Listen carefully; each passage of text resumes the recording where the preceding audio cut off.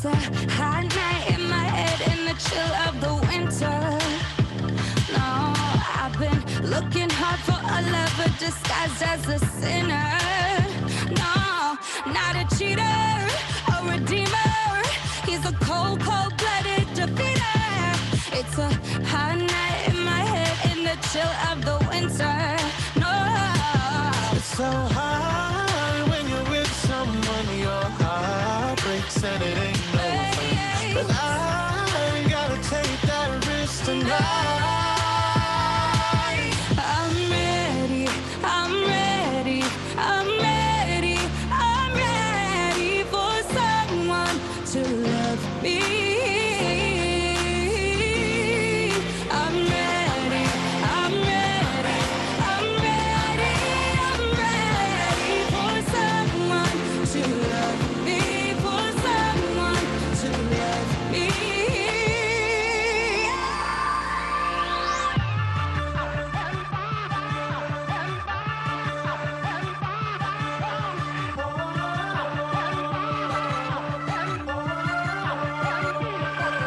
It's a cold night in my bed in the heat of the summer.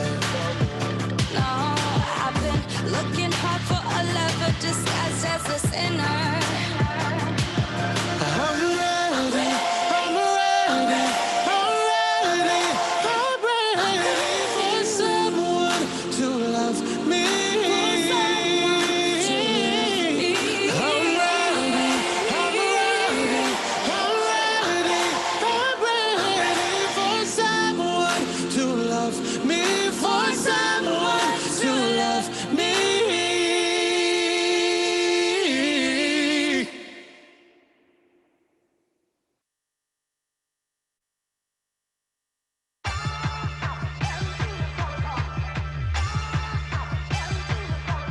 It's a cold night in my bed in the heat of the summer. I've been waiting patiently for a beautiful lover. He's not a cheater, a believer. He's a warm, warm-blooded achiever. It's a lonely night in my bed in the heat of the summer. Oh, it's so hard when you're with someone, your heart breaks and it ain't no fun.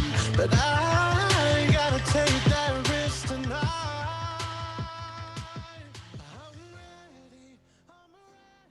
Hello, everyone, and welcome. My name is Paulina Cameron, and I am the CEO of the Forum for Women Entrepreneurs. I want to thank you all for joining us for our 5th annual Pitch for the Purse semifinals event. While usually we are live in person, we are so glad to be with you virtually together. And we are thrilled to have such an incredible community from all across Canada with us, with over 700 of you planning to be live with us today, supporting and celebrating the amazing women entrepreneurs who are sharing their visions. I would like to begin our time together by acknowledging the land that we are gathered on.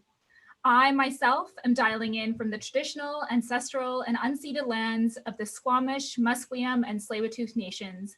And as we dial in from across the country from this land now called Canada, I invite you all to consider and to take a moment to recognize and give gratitude to the elders and the peoples on which land you are on today.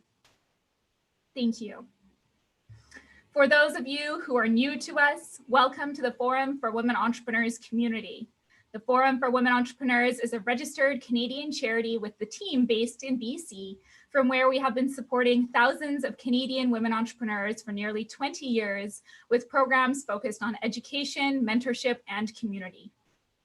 Since the pandemic began, over 5,000 women entrepreneurs have accessed our programs. So today you are joining a community of women entrepreneurs committed to growing their businesses and the champions that are activating their support to see them succeed.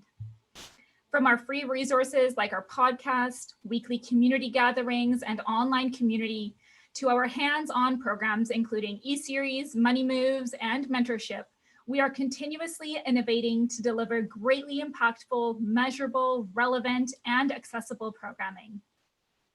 And of course, the program we are all gathered here today to support and be inspired by, Pitch for the Purse. This year, in a year truly like none other, we were so inspired and humbled by the number of women who participated. We are so proud of all of the 466 women, more than double from last year, who applied. We have shared all of their businesses over on our website so that you too can be inspired by them and support them. We want to thank our tremendous 10, aka our community panel, who we will be spending the next 2 hours with together and hearing the business visions of our Trailblazing 12 Semi-Finalists. I am also very excited to announce that for the first time ever, the 3 finalists who will be chosen by the end of today will be pitching for a purse double the size for $50,000 cash and additional support of 2 finalist prizes of $5,000 each at the finale on February 25th, 2021. Mark your calendars, February 25th, where you, the audience, will live select the winner. We'll tell you more about that a little bit later. Okay, a quick housekeeping note.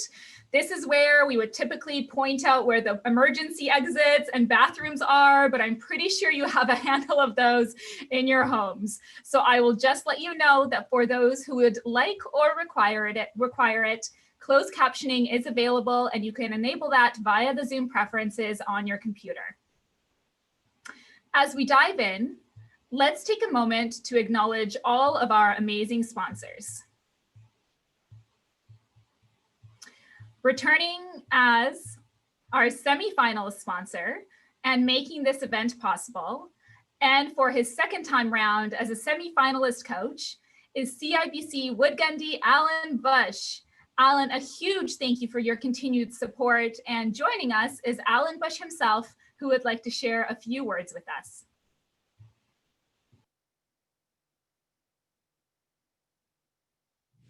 Good afternoon, Canada. I hope everyone is settling in and getting excited to listen to these 12 amazing women entrepreneurs as they pitch for the purse and go for $50,000. My name is Alan Bush, CIBC Woodgundy, proud sponsor of the semifinals alongside CIBC Business Banking and Woodgundy. Let's congratulate these 12 amazing women. As I understand, it takes a lot of hard work, dedication in order to make your dreams a reality. Also, over the last 20 years, I've coached over 100 women entrepreneurs and elite women basketball players. There's 2 things that I've learned. Number 1, that women really want to make a big difference in this world. Number 2, women create businesses that actually solve a problem. Today is Giving Tuesday, and this is time to reflect on how we can make a difference in this world, whether it's giving money or giving a smile or a call to someone in need, especially this time of COVID. So please think of those in need. Women have been affected by COVID and are leaving the businesses in droves. How can we make a difference? CIBC is trying to make a difference through the Children's Miracle Day, which is happening tomorrow, when we plan to raise over $7 million to help children in need. So think about the FWE, your local food bank or women's shelter, and helping those in need. But now is time to kick back and think about and listen to these amazing 12 women entrepreneurs and their businesses. Now is the time to get ready to be inspired. Thank you, Alan. I couldn't agree more. I loved that call to action. Thank you for that. And we want to thank our incredible legacy purse sponsor, Wheaton Precious Metals, and new this year to the roster of purse sponsor, Galvanize, who helped us double the pitch purse prize to $50,000. We are also thrilled and continue to be grateful to CIBC Woodgundy Alan Bush and Bonnie Barnes Tracy as our additional finalist prize sponsors who are supporting the 2 runners-up with $5,000 each. And of course, an enormous thank you to the longtime support of the Pitch for the Purse finale's title sponsor, Alden Brown Limited.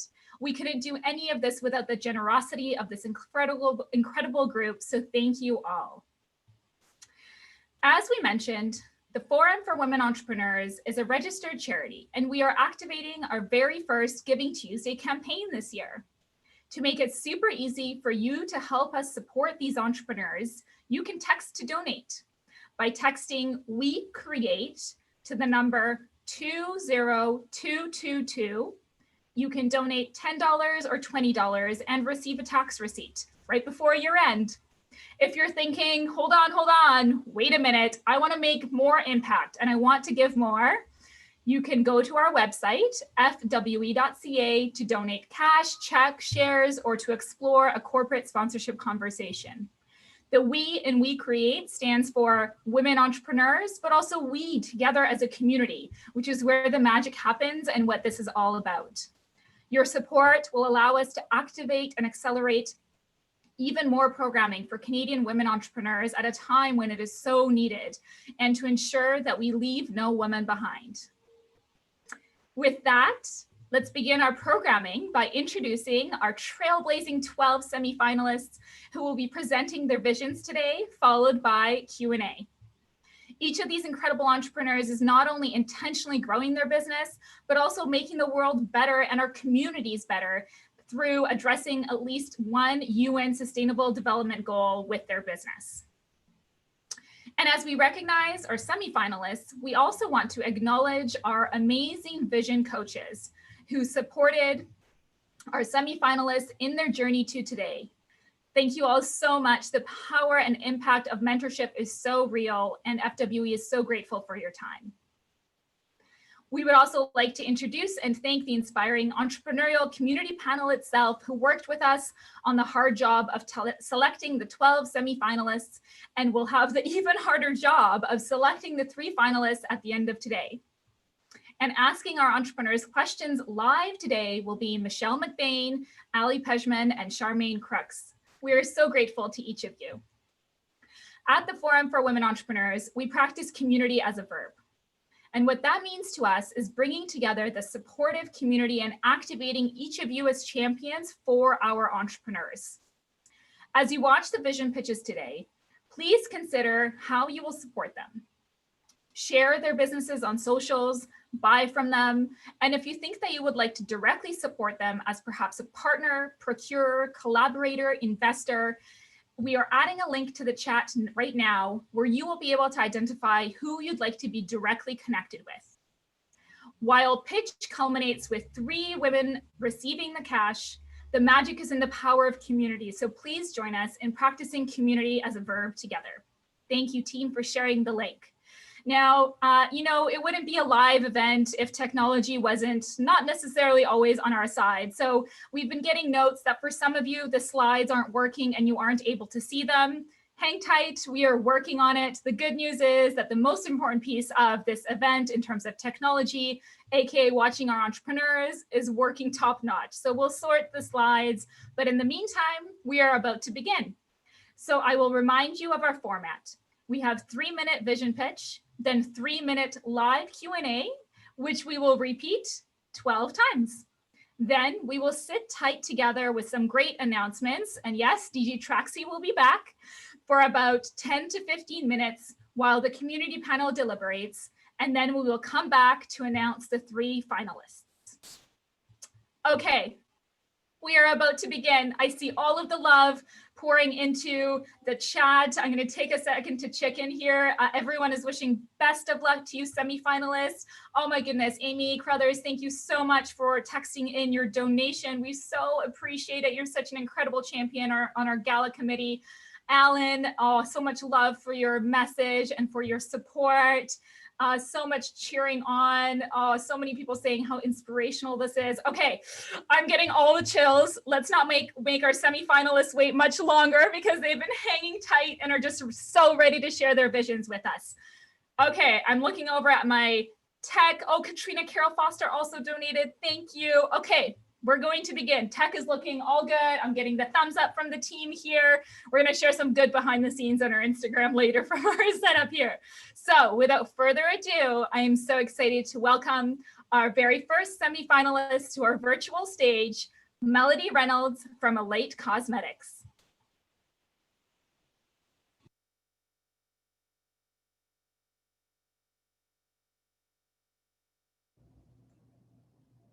Hi there, I'm Melody Reynolds, founder and CEO of Elate Cosmetics. I believe nothing is impossible. I left my 20-year career in corporate beauty because I was tired of the word impossible. I was told it was impossible to create beautifully designed, high-performing, cruelty-free cosmetics with an ethical supply chain, clean ingredients, and sustainable packaging. But I know it's possible. I started Elate 6 years ago in my basement in BC, and we have grown to 22 employees. Elate puts ethics before ease and prioritizes people and the planet. This is why we've earned B Corp certification. We educate, empower, and inspire everyone to simplify their beauty bags to reduce waste. The beauty industry needs to change. Unethical marketing encourages overconsumption. Individuals on average own 12 makeup products, but use only 5 daily. And each year, 120 billion plastic cosmetic packages are made with no clear recycling or end-of-life plan. There's a better way. Elate's award-winning, high-performing products are formulated with ethically sourced ingredients. We use sustainable bamboo, and our palettes are refillable and customizable. Refills come packaged in plantable seed paper, and our capsule beauty philosophy creates joy and positive environmental impact through the beauty of ritual. Cosmetics industry sales are at $94 billion annually, with a steadily increasing demand for sustainable products. We have over 100,000 followers on social media and 40,000 customers in our e-commerce database. These customers take our capsule beauty quiz to simplify their beauty bags and return to purchase again at a rate of over 50%. Our customer satisfaction rate is 87%. You can also find Elate in stores at 225 partners globally. We've doubled our revenue each year in business, and we've been profitable for the last 3. Sustainability isn't just a value at Elate, it's a business driver. And with our next innovation, we'll increase profitability. We are raising $500,000 to fund the creation, marketing, and manufacture of a refillable lipstick and mascara tube. With refillables, we increase the quality of the package to an asset.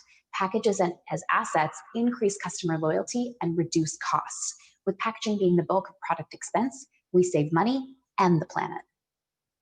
When we patent this technology and share it with other cosmetic companies, we could vastly improve the amount of waste we all produce. With your support, we can continue creating innovative solutions to solve the problem of waste in the beauty industry.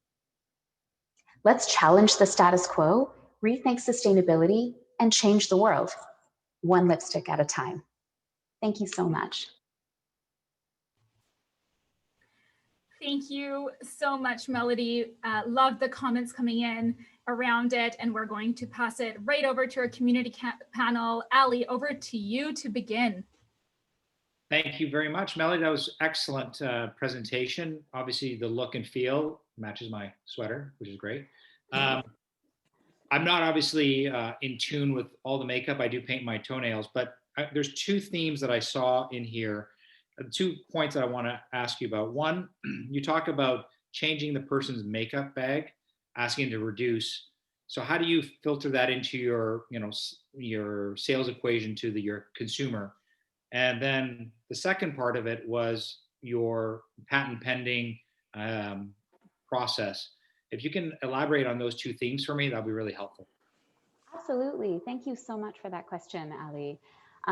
When it comes to reducing our beauty bags, what we're thinking about specifically at Elate is the idea that for most people, we have way more products than we ever use.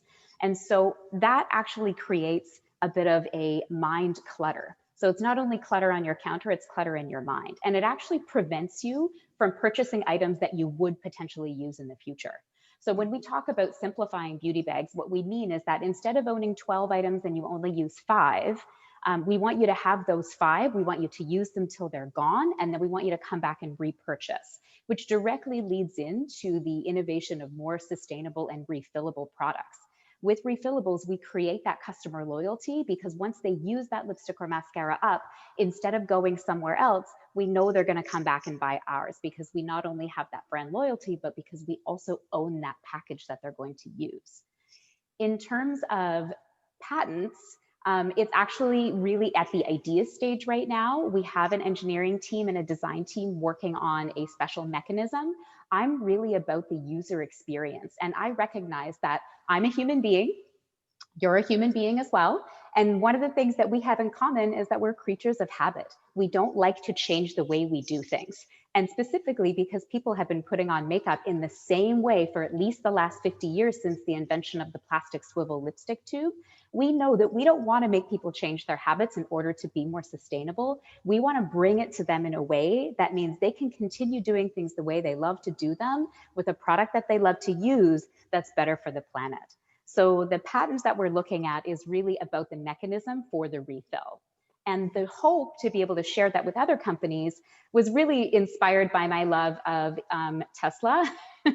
I really love that they take that technology and instead of patenting it for only their use, they made it available so that other people can use it as well. And I was really inspired by that idea that if other companies are inspired to use a more sustainable package, then we can vastly decrease the waste that we produce in the cosmetic company, which is the ultimate goal. Charmaine here. Thank you so much, Mel. That was a great presentation of a fabulous product.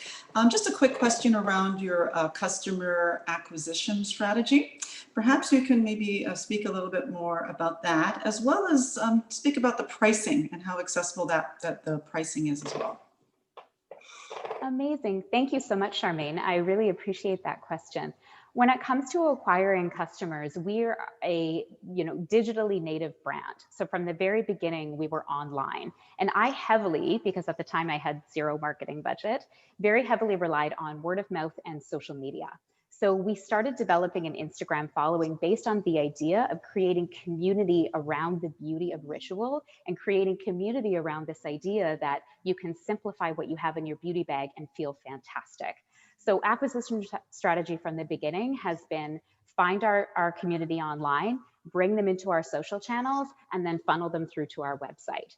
On our website, we now have a capsule beauty quiz. So further to all the wonderful stuff you get when you're in our community on social media, when you log into the website, you can actually create you take a little quiz, it's 3 questions, and it helps you simplify that beauty bag. It gives you ideas and suggestions on what you would potentially want to use. This for me was a really important part because I'm of the generation where I still loved going to the beauty counter, but I recognized how important it was to catch those really digitally savvy people. And so we wanted to meld those two things together. What is it like to get advice from a real live person? And what is it like to actually just purchase a product online? So we met those two things in the middle with our capsule beauty quiz. Thank you. Thank you so much, Melody. And thank you for kicking us off. That is no easy task. So thank you for going first. All right. And make sure you tune into the chat. Some great comments coming forward for you. Thank you so much. We are going to go to our second semi-finalist for today. Hello, Ashley Kennedy from Neurovine. My name's Ashley Kennedy. I'm the founder and CEO of Neurovine. Growing up, my father played professional football, and I witnessed firsthand the long-term impact of mismanaged concussion recovery. This experience led me to pursue a degree in neuroscience at Stanford University and 2 PhDs and a postdoctoral fellowship in neurological recovery, focusing on EEG technologies. I have lived through the gap in care post-concussion, and I have developed a connected AI-driven solution that will fill that gap through our personalized brain solution at Neurovine. Concussion is an invisible injury, but it is prevalent, with 50 million concussions happening every year across the globe. And insurance companies like Blue Cross Blue Shield spending upwards of $10 billion on the high cost of ineffective medical treatments and long-term disability because people cannot get back to work post-concussion. There are several companies taking an inside-out approach to clinical concussion diagnosis. They're using biometric data to say the person has a concussion or not. While this is important, we also need patient-centric tools that will improve the concussion recovery process and empower patients to take control of their brain health. This is where real recovery will happen. Neurovine is uniquely positioned to provide a personalized, data-driven concussion recovery solution that will evolve into a prescription digital therapeutic technology. Our focus is getting concussed individuals back to life safely and efficiently. Neurovine combines a connected EEG headband with AI-driven analytics to provide insights and real-time nudges to the patient and real-world data collected over time to the clinician. Our proprietary algorithms and the hardware are patent pending and based on more than 15 years of scientific research. The value proposition and what our early data is demonstrating is that this technology will speed concussion recovery, improve mental health, and streamline clinical visits. Essentially, we are connecting concussion patients to their brain data and to their clinician. At Neurovine, we are a team of doctors, neuroscientists, and data scientists working with software developers to create the next generation of prescription digital therapeutics for neurological conditions, starting with concussion. In 2020, Neurovine completed a clinical trial that demonstrated safety and accuracy of the technology and set us up to complete the regulatory process in 2021. We are currently raising $1.5 million to complete the regulatory process and launch our product in Canada. In 2023, we will launch in the United States as a medical device with established billing and reimbursement codes. I invite you to join us as we transform concussion recovery. Thank you so much, Ashley. So inspiring the way you have begun this work. Over to you, Charmaine, to begin. Sure. Thank you so much. Very important area, of course, and thank you for your excellent presentation. If I can ask just a little bit about your traction to date. Obviously, you're still in the fundraising area, and it sounds like you have other synergistic products in your company. Perhaps you can share about some traction, the testing that is going on, so that you can sort of hit the ground running, so to speak, when the funding and the regulatory hurdles are crossed. Yeah, thanks, Charmaine. We have a beta program starting in early 2021. We had space for 20 physiotherapy clinics, and we're oversubscribed. So we have a waiting list of clinics who want to join. The clinics that we've chosen are really thought leaders, both in Canada and the United States, in concussion recovery. A lot of them sit on the International Concussion Consortium. And so they're the real drivers in the standard of care for concussion. Okay. Thank you.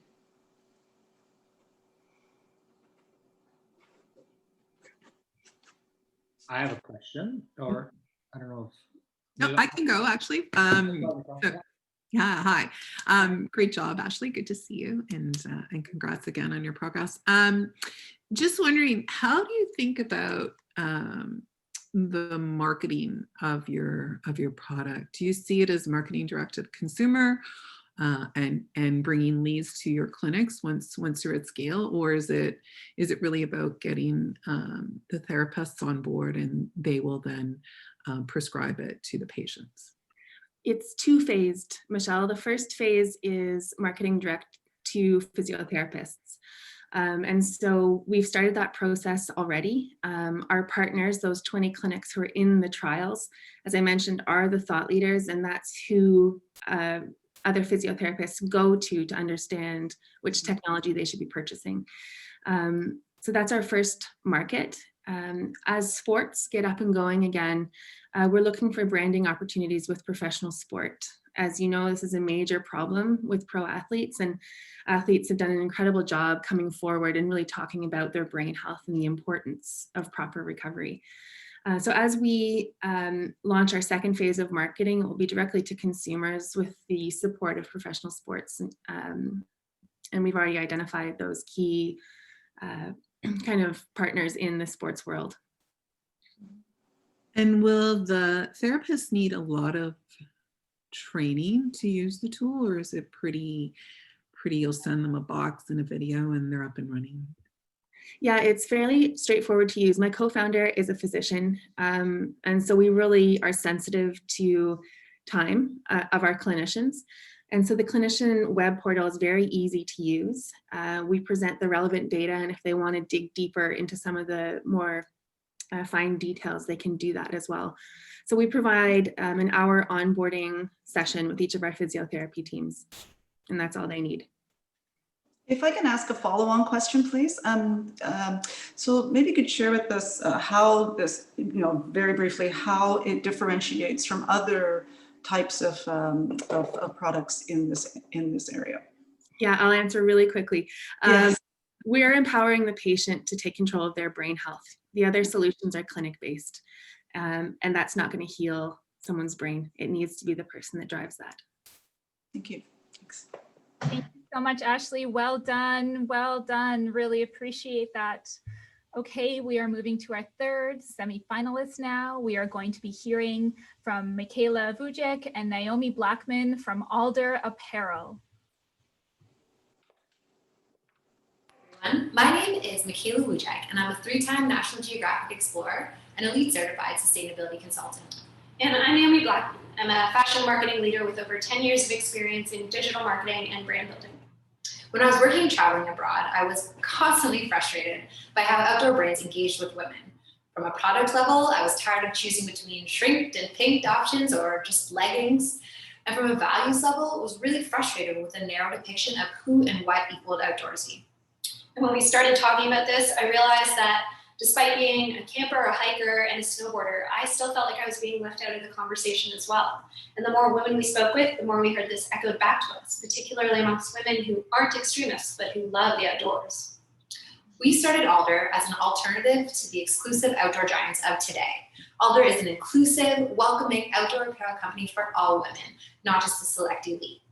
We offer inclusive sizing across our products from extra small to 6X. We show diverse, inclusive representation of ability level, body type, ethnicity, gender expression, and more. We also crowdsource our designs for better function, fit, and style across all of our products. We're on a mission to create a new outdoor industry where all women feel like they belong. You deserve to be in the outdoors, and there are so many ways that you can be outdoorsy. And now has honestly never been a better time to be recreating the outdoor industry, which is seeing massive growth due to COVID-19. And so far, our approach is really resonating with leading influential voices like Forbes, Nylon, Bustle, and The Strategist, really noting our disruption to the outdoor industry and celebrating our unique positioning and our novel inclusive take as a real challenger to the outdoor traditional giants. And it's not just media, but most importantly, our customers love us. We get messages like this from Casey all the time from our 3,500 customers who have felt left out from the outdoor industry one way or another, voicing how they are so excited to feel included. One example is all the models you see here today are actually our customers. Yeah, and to date we've sold over 800,000 Canadian and have plans to grow to about 4.5 million in 2021, fueled by two main drivers. The first is product. We have 6 products slated for launch in 2021 and have de-risked these product launches through a mix of pre-sale and waitlist models. We've seen a great success with this. Our last product drop generated 155K in just 4 weeks because there was so much pent-up anticipation. Secondly, with marketing, in addition to our paid media, we're creating a real superfan community. Our Instagram following has grown 68% in the last 3 months, and our email database has doubled in November alone to over 5,000. Beyond our plans, we also are supported by a robust mentor network with vast experience in retail, e-commerce, apparel, and the outdoor industry. And with $50,000, it would take us to launching our most requested next product, a fully waterproof and versatile raincoat that already has a 2,300 person waiting list. It would also kickstart Alder's $1 million seed round, propelling us forward as a female-founded leader in the outdoor space. The outdoor industry is ready for change, and Alder is leading the way. Come get outside with us, join the movement, and happy recreating. Happy recreating, love it. Thank you so much, Michaela and Naomi. Over to our questions, and Michelle, please kick us off. Sure. Well, I have to disclose that I'm slightly biased. I've had the pleasure of working closely with Michaela and Naomi since I met them in the summer through the next program. So, so love what they're building. And I'd love to understand, I think the coat's a really fascinating next product. What was the insight that helped you confirm that that was the next product that was really something that would be a really great addition to the product line? Of course, great question, Michelle, and lovely to see you and the other judges as well. So we do surveys and we crowdsource all of our product designs. So a raincoat was actually the second most requested product from our community, particularly from a size inclusivity perspective. I'm not sure if you know this, but 68% of women in North America are size 16 and above, and most outdoor brands size up to 12 or 14. So we were just overwhelmed with messages from our community saying, you know, I can't find technical waterproof garments to enjoy the outdoors in. And, you know, our mission is to make the outdoors more accessible. We thought that was totally wrong. So we've been working on this raincoat product. We're extremely excited to launch it. It will come out in March 2021. Mark your calendars. It's a fully waterproof garment manufactured in an ethical factory in Vietnam with specialty in waterproof fabrics. And it will come in 4 colors selected by our community as well. Awesome, awesome. What's been your biggest lesson over the past year? That is a great question. You know, just kind of driving back to Ali, what you said earlier, believing in yourself. You would be shocked at the number of people who don't think the outdoor industry is not inclusive. We really get messages all the time kind of saying, you know, why do you need outdoor apparel for women? And we really truly believe that we're a mission-based company. The outdoors should be for everyone. They should be accessible, they should be safe. And that mission drives us through kind of every hardship that we've experienced so far.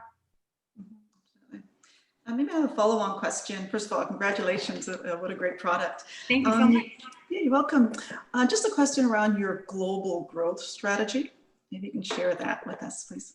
Of course, yeah. So 80% of our customers right now are located in the US, 20% are Canadian. We do have ambitions to go global, excuse me. We're currently working with the Trade Commissioner, Can Export Canada, to do a pilot project to Australia. We're really looking for areas that have high pockets of our ideal customer, millennial woman, and Australia was very kind of high there, and New Zealand, parts of Europe as well. So we'll be launching a pilot project there in early 2021. Excellent, thank you. One question for me, great presentation. Obviously, I love products and love hearing new stories coming out, but the big issue that obviously new brands have is like competition. And you see the inclusivity of some of the big brands moving into this arena, obviously not as in depth as how do you plan on protecting that? Like, how are you going to protect that brand of Alder being the go-to community brand? Of course, we were really hoping that we would actually get that question. You know, Alder is a mission-driven company. Our mission is to make the outdoors more accessible to all women. No other outdoor giant shares that exact mission. We're seeing a lot of, you know, kind of players in this space come with an inclusive sizing or sustainability, but they're still operating from a place that isn't around inclusivity in the outdoors. And we see our customers gravitating towards that really strongly and are confident that it will propel us to more success. Thank you so much, Michaela and Naomi. Well done, Alder Apparel. Okay, we are moving to our 4th semi-finalist today, Rachel Bartholomew from High Ivy Health.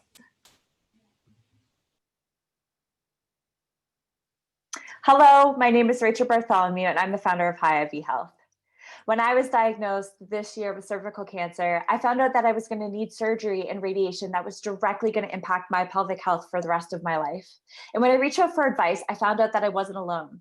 1 in 3 women are dealing with non-curable pelvic health-related illnesses, and there's over 300 million plus women struggling globally with a diagnosis that impacts their quality of life.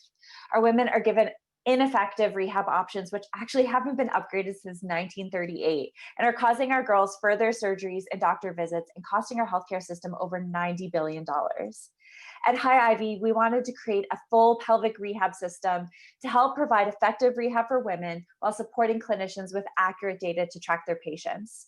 Our first products include a multi-therapy vaginal wand, provided hot and cold contrast therapy, self-lubrication, and autodilation, as well as the first quantifiable data set on the pelvic floor from biosensors, which is tracked using a patient mobile app and software portal for clinicians.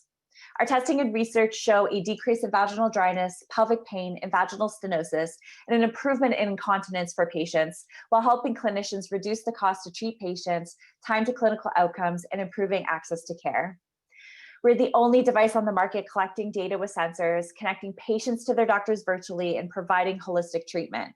We sell into the gynecological device and sexual wellness markets, targeting 103 million women in North America and Europe with severe pelvic health challenges. And we will achieve scale by selling to OBGYNs and pelvic floor therapists who each have the potential to bring 100 patients minimum to our platform. We sell the device at a one-time charge of $450 with potential coverage from insurance up to 80%. We also have reoccurring revenue streams with our custom lubrication pod refills and our clinician SaaS portal. To make this all happen, we have assembled a team of seasoned, diverse, and highly educated entrepreneurs, engineers, and scientists. We collectively have 15 postgraduate degrees and have run 6 startup companies in the past with exits. We are working with 15 doctors on our medical research and over 20 different business programs. And we've been working hard since February of this year. We have a growing waiting list of over 200 plus women who want our product. 3 interested pelvic health clinics have raised over $280,000 in grant funding and have recently secured technical and pharma partnerships with companies like TELUS and Google. Our immediate plan is to finish our functional device to run a pilot study while building out our FDA regulatory submission.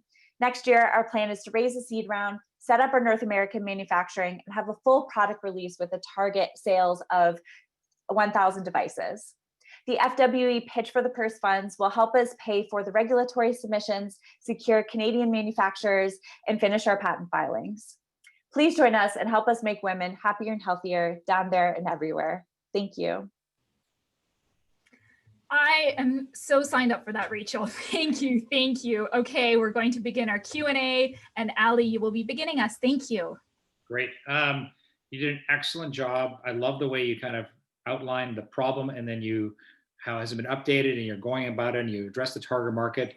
I do have lots of questions, but let me just hone it on your timeline for this FDA, and plus you're talking about sales next year.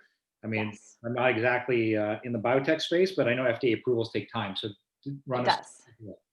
Yeah, so it's going to take us about 6 to 8 months to get through our 510K submissions. From there, what we're hoping to do is run a pre-sale. So not releasing it right out onto the market until we have that FDA approval. So that is actually set for fall of 2021. And so we're hoping to have all of that, at least the FDA coverage on the device by that pre-sale time. I'll ask one more quick question. You talked about a SaaS model. Where's the SaaS? How does the SaaS fit in here? Like, what are you planning on there? What's your approach to the market there? Yes, so we're going to be selling our SaaS portal to pelvic floor therapists. We are actually building out a proof of concept right now with a number of them in the US and Canada.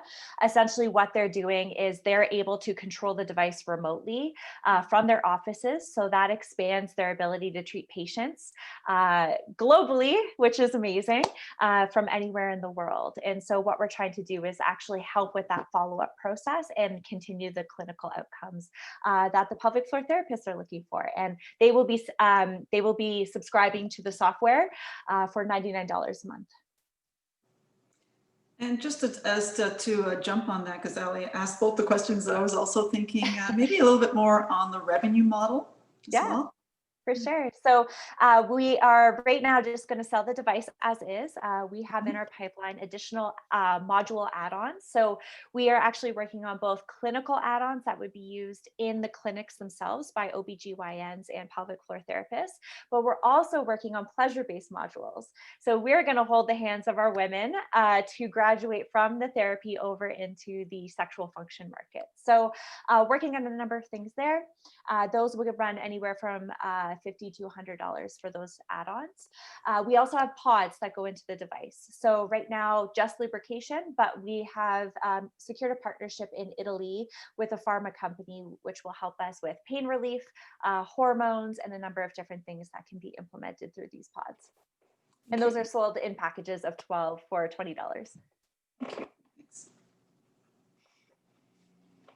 Great job, Rachel. Thanks for sharing this.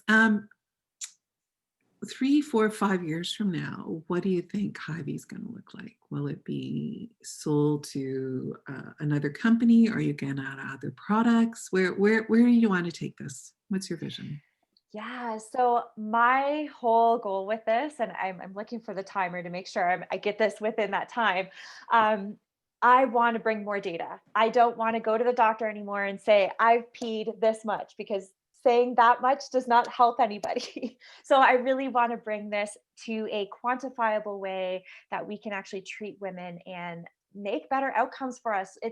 Everything sucks right now for us, so we need to do better for our girls. So that's my ultimate goal, is to bring more quantifiable data to this. So great closing statement. Thanks. A good closing statement. Again, co-signing. Thank you, Rachel, for all that you are doing.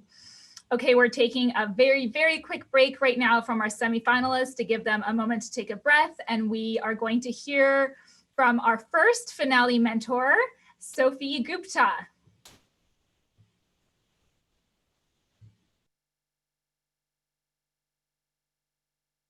Entrepreneurship takes passion, creativity, and resilience. It's not for the faint of heart. And like many good things in life, entrepreneurship takes a village of supporters to be successful. Which is why I'm thrilled and deeply honored to be acting as a mentor to one of the 3 finalists for this year's Pitch for the Purse. And why I'm so grateful to organizations like these for all that they do to help create and support villages for female Canadian entrepreneurs. All the best to the 12 semifinalists. You're going to do great. Thank you so much. We're so grateful for our mentors who are there every step of the way of the journey with our entrepreneurs. All right, with that, we're going to be moving into our next semifinalist presentation, Yamila Franco from Nyoka Design Labs. The earth is dying. We are killing it. Imagine if we were part of the solution instead of part of the problem. Nyoka brings the promise of change towards products that are not harmful, but regenerative for the earth. A female-led, BIPOC-led change. A change that brings indigenous and holistic environmental perspectives to create biotechnology. A change that leaves the world more healthy than we found it. Nyoka is in change for good. Good for the environment, for humanity, and for our investors. Our first commercial invention will completely disrupt the plastic lighting industry, and we started with one of the hardest to recycle and most toxic products, the glow sticks. Our goal is to take over the market as fast as capital will allow, and although audacious, this is reasonable because we're the first and only to market. Every year, over 1 billion single-use portable light sources such as glow sticks are used, and the global portable lighting market is projected to reach more than 4 billion by 2026. With global plastic bans growing, with no sustainable alternative like Nyoka's in the market, we're uniquely positioned to revolutionize the industry. The Nyoka Light Wand, our first patented invention, the world's first non-toxic, biodegradable, portable bioluminescent light source. And now, we're launching our newest sustainable wearable and rechargeable light source, the Lumis. The Light Wand is a reusable device with over 1 hour of bioluminescent light, with a realistic target of 10 hours at completion at a comparable price point. Lumi is a batteryless, solar rechargeable light source with over a 20-year use cycle. And our goal is to sell 10 million units a year by 2024, displacing these otherwise non-reusable plastic, wasteful light sources across the world. In less than 3 years, we've taken Nyoka from a lab concept to a successful commercialized Kickstarter project, to a company poised for global success with a growing team. We've received a patent in Canada, are PCT approved, and commenced filing in US and EU. And we're landing trials in the NASA-backed Mars mission and have early interest with defense and humanitarian organizations, all in less than $150,000 in grant financing and $50,000 of our own capital. As we prepare to expand, we are raising $1 million. This investment supports our market-specific needs, certifications, product durability and reliability testing, and production scaling to meet the growing demand. We have set an initial valuation of $4 million and already have a third committed. So I'll leave you with this today. What if all of the products we use today were designed to regenerate the earth? What if worldwide, all communities could safely access light without compromising the environment? We invite you to co-create that future with us. Thank you. Thank you so much for that co-creation invitation. And over to you, Charmaine, to kick us off, please. Sure, thank you so much, and congratulations, Yamila. That was just totally awesome. Just a quick question around, the kind of support you need. Of course, aside from funding, maybe you can share the other types of support, what be they advisors or partners or mentors or along those lines. Maybe you can share how that would impact your next, growth strategy moving ahead. Yeah, of course. Thank you so much for the opportunity and for the question. So our first, what we currently have in terms of our advisory board, there's a big focus in the military and defense. And the reason being is because we are also preparing our product to meet the standards to enter the humanitarian aid and search and rescue industries. And so starting last Friday, I started meeting with potential advisors within those humanitarian aid industries and who have worked with United Nations, with UNICEF, etc. And that's actually the biggest gaps in terms of who we want, the market we want to meet, because we're ready to sell. But in those markets that are more stringent in terms of that support I'm looking for is specifically people and connections within those industries. And that's actually the biggest one. The second one is actually because we're following the circular economy model. And we don't have, especially in Canada, it's not necessarily so advanced in circular economy. So we find ourselves really breaking down barriers in terms of creating new systems or really working hard with our manufacturing and assembly facilities as we're prepared to have our own facility. We're looking for support in how that can be actually set up in a way that is duplicatable and scalable, so we can actually include that to our offerings, so we can license our product, which is actually one of our go-to-market strategies, but also the system itself for the creation of other circular economy products. Awesome. Thank you. Thank you. You're welcome. Thanks for the presentation. That was great.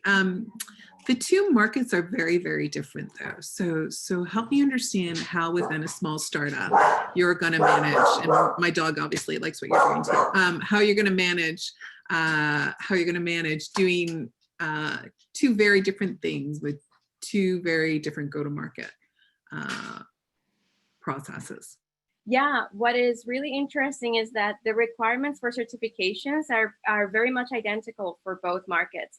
And so for the technology itself, we already have a product that is safe to use. It is non-toxic. It has been tested and approved in that sense. And when it comes to the product, for example, for glow sticks requirements, it's practically the same. So what varies here is actually our sales strategy. And that's why now we've shifted our focus towards building a strong sales team. And right now in our sales team, our lead has over 10 years in experience in terms of sustainability and products. Now, both markets require procurement. It's not the typical, like, I'm just going to go network. So we're also developing and potentially actually having a spin-off company. And it's what we're heading towards with our advisors, where one is going to be focused in one market and the other is going to be focused in this other market. You have to tell me, I love your presentation, but tell me the moment the aha moment to go after glow sticks. The aha moment to go after glow sticks was actually it wasn't even myself. I'm going to be very honest. My co-founder, who is a serial inventor, she has traveled across the world, presented at MIT, super on top of the sustainability and what's happening. She's also an avid festival attendee.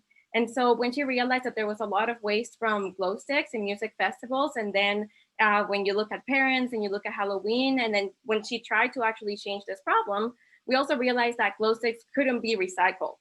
So that was the aha moment. You don't just have a product that is bringing more plastic to the world, but you have something that is toxic, cannot be recycled, what we currently have in place. And so we took it on our hands to say, let's create an alternative, but let's also see how we can apply the same alternative to other products. I'm going to squeeze one more question in because I'm curious where your answer to this is. So plastics are being eliminated. What about if the government eliminates the concept of a glow stick? You mean the concept of a glow stick? Well, plastics are now being eliminated for products that have a viable alternative, which is what we realized with all this global guidelines and regulations coming into play.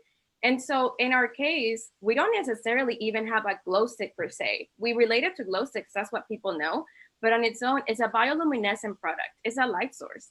And in its own, it's actually non-toxic. I see governments banning glow sticks after you look at how cytotoxic and genotoxic they are, but our product is completely toxic free and it wouldn't even fall under that category. Thank you. And I can't wait to get those for my kids. I'm first on the list. Thank you so much, Yamila. And so delighted to now be shifting to our 6th semifinalists. So we're almost at the halfway, folks. We're going to be hearing from Myra Arshad from Alltex. Hi, I'm Myra, co-founder of Alltex, an advanced material startup leading fashion's low-carbon revolution with fabric created from food waste. Coming from a family background in textile manufacturing, I've been fascinated with the world of apparel from a young age.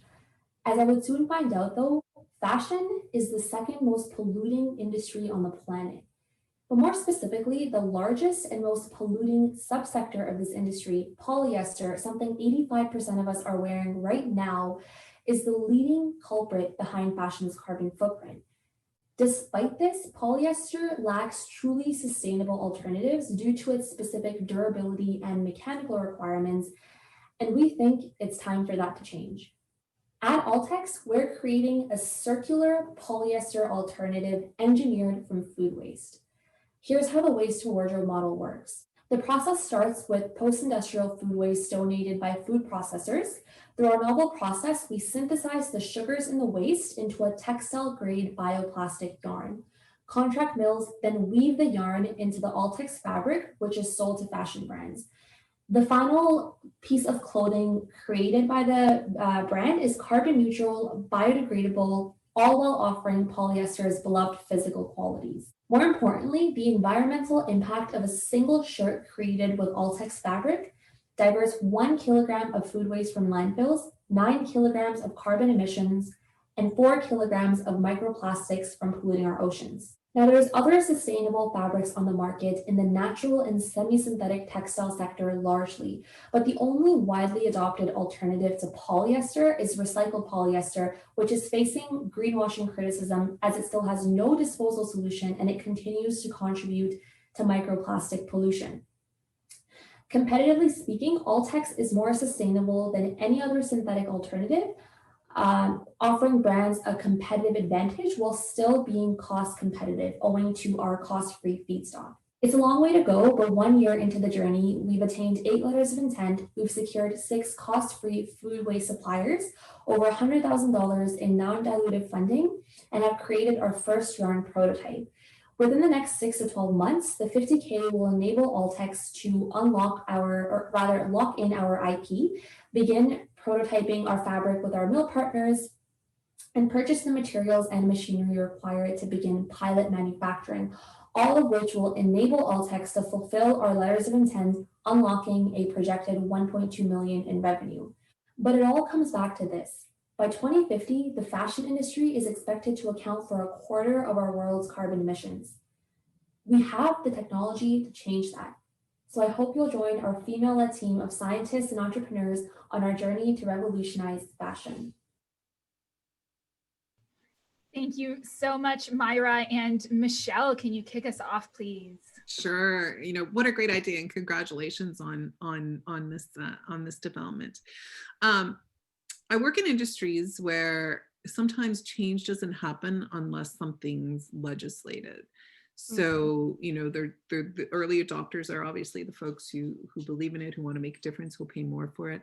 Do you see anything coming down that's going to force and accelerate the use of your product? That's a really great question, Michelle, especially because we're right at the cusp of this movement where we're seeing an increasing government legislation that's banning plastics and other pollutants in the landfill. My answer to you is it has to. Textile waste accounts for 17% of landfills today, and it's growing. It's one of the largest contributors of waste to landfills, one of the most polluting industries. And so that legislation is really the next move in this movement we're seeing to a more sustainable future that's driven by politics.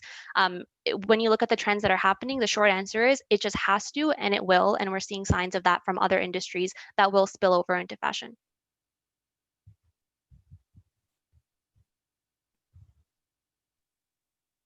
I'll go next. Wow, great area to be in.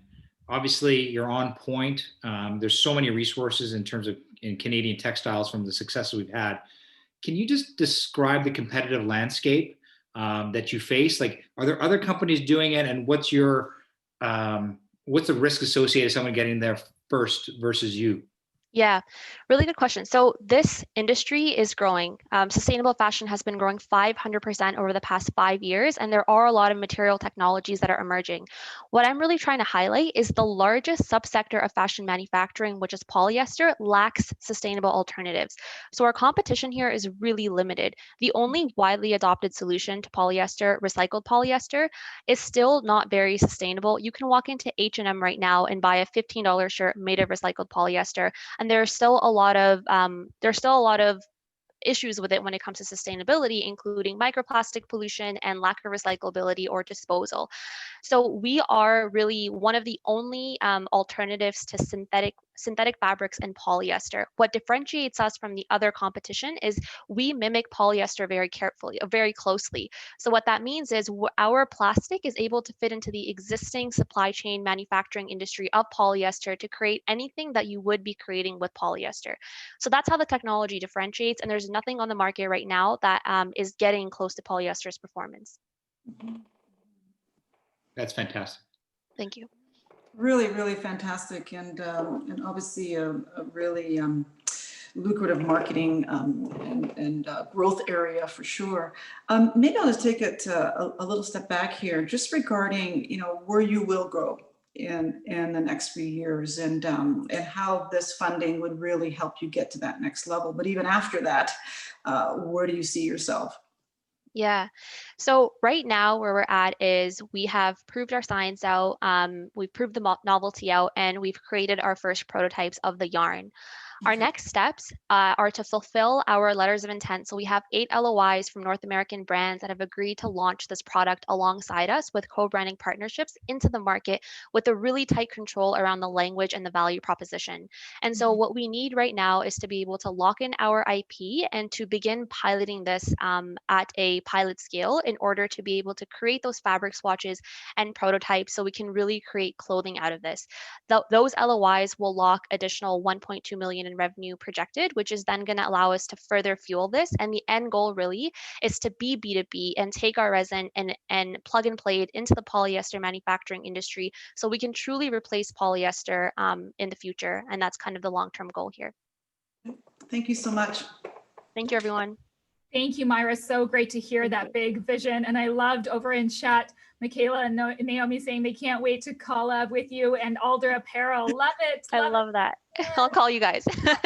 I love it. Okay, with that, I'm so delighted to welcome our next semifinalist today, our 7th, Connie Stacy from Growing Greener Innovations.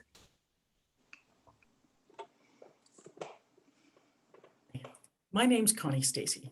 I'm the president and founder of Growing Greener Innovations, a social enterprise whose mission is to reduce greenhouse gas emissions and bring an end to global energy poverty. And we're going to do that with our patented battery system, the Grengen.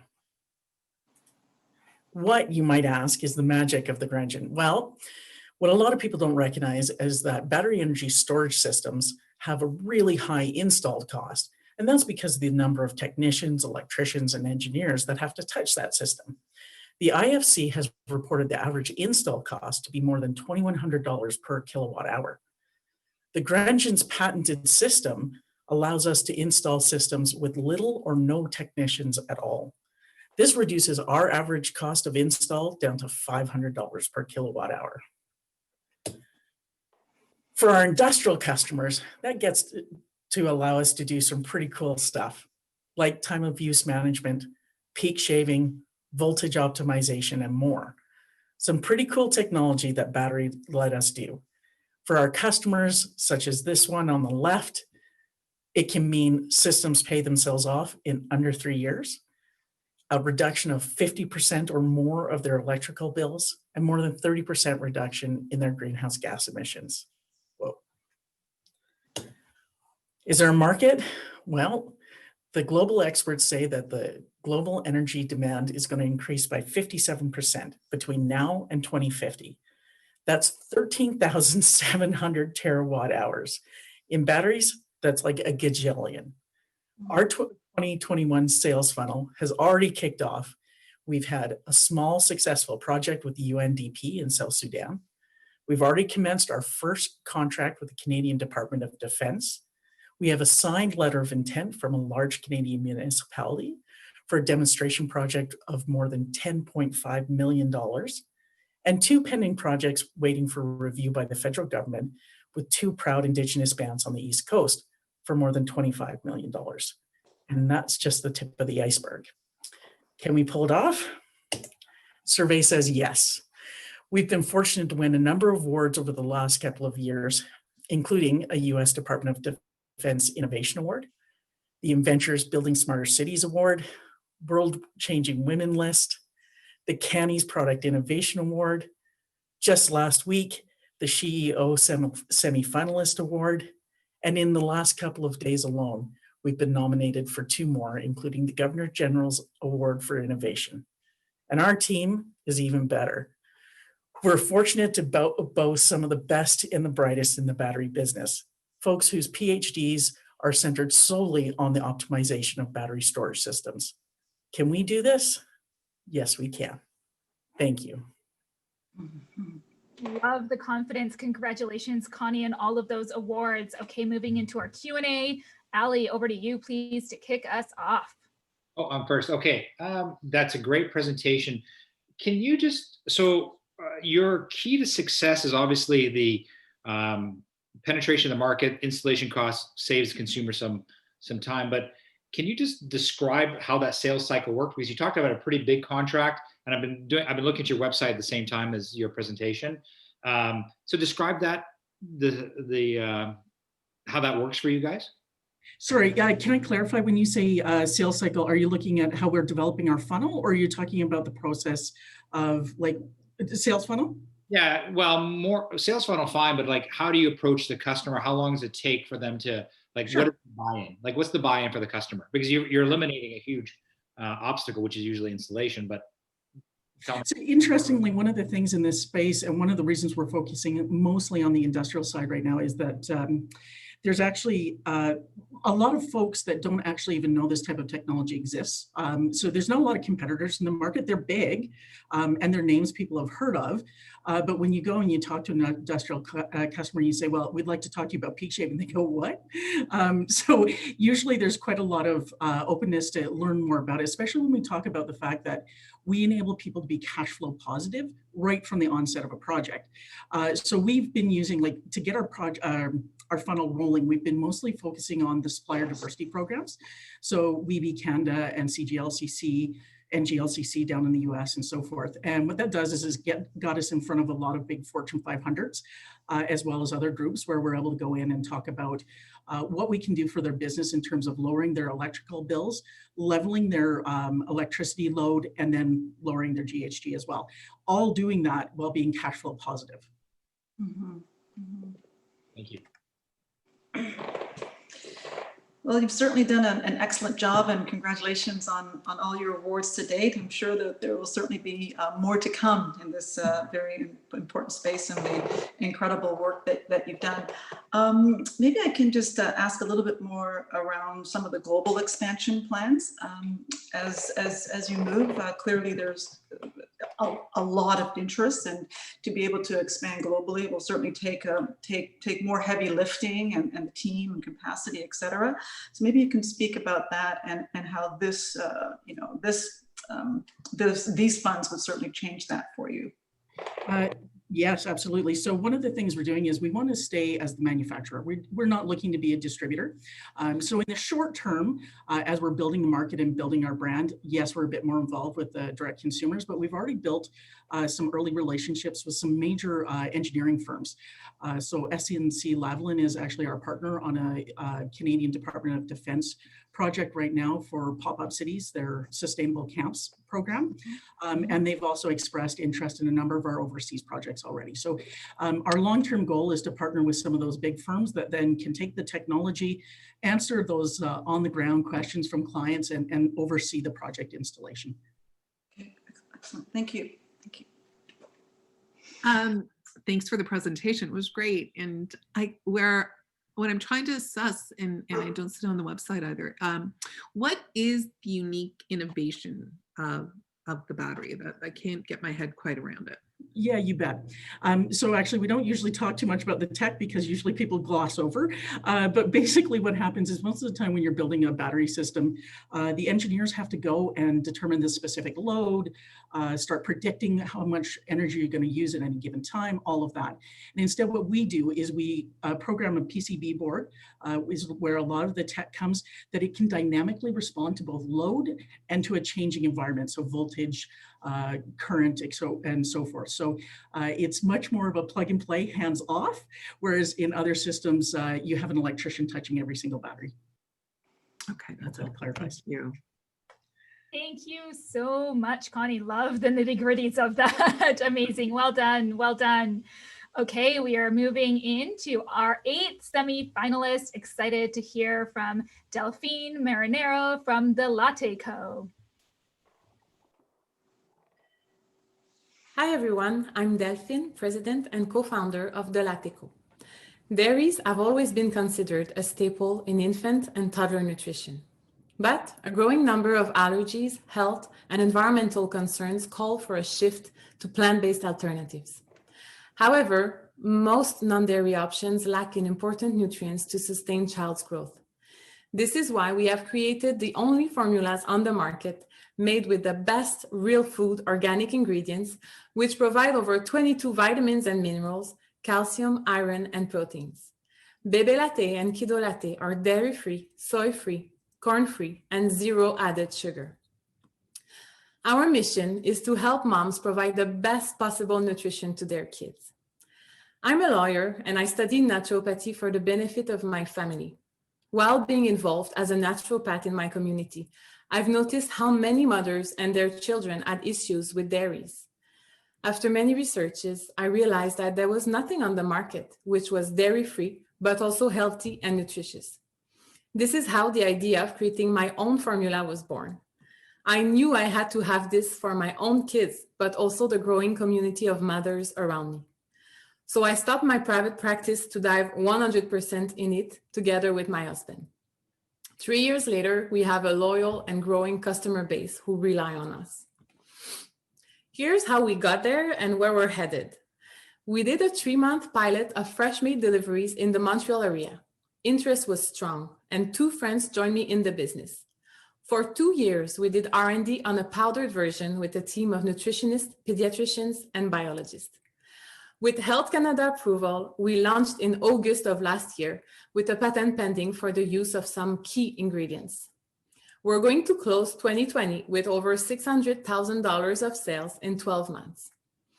2021 will be a busy year with the expansion in the US market, the launch of prenatal and breastfeeding products, and ready-to-drink versions of our products for kids. We are in 150 retail points of sale now, growing week after week. Half our revenue comes from our own e-commerce and online partners, such as Well.ca and Amazon. We deliver worldwide with e-customers from over 25 countries. In 2021, we project to reach 1.3 million in sales thanks to the US expansion and the introduction of the new products that will increase even more the customer lifetime value from the actual $4,000 to $7,000. We have low acquisition cost and our customer retention rate is nearly double the industry average for our sector.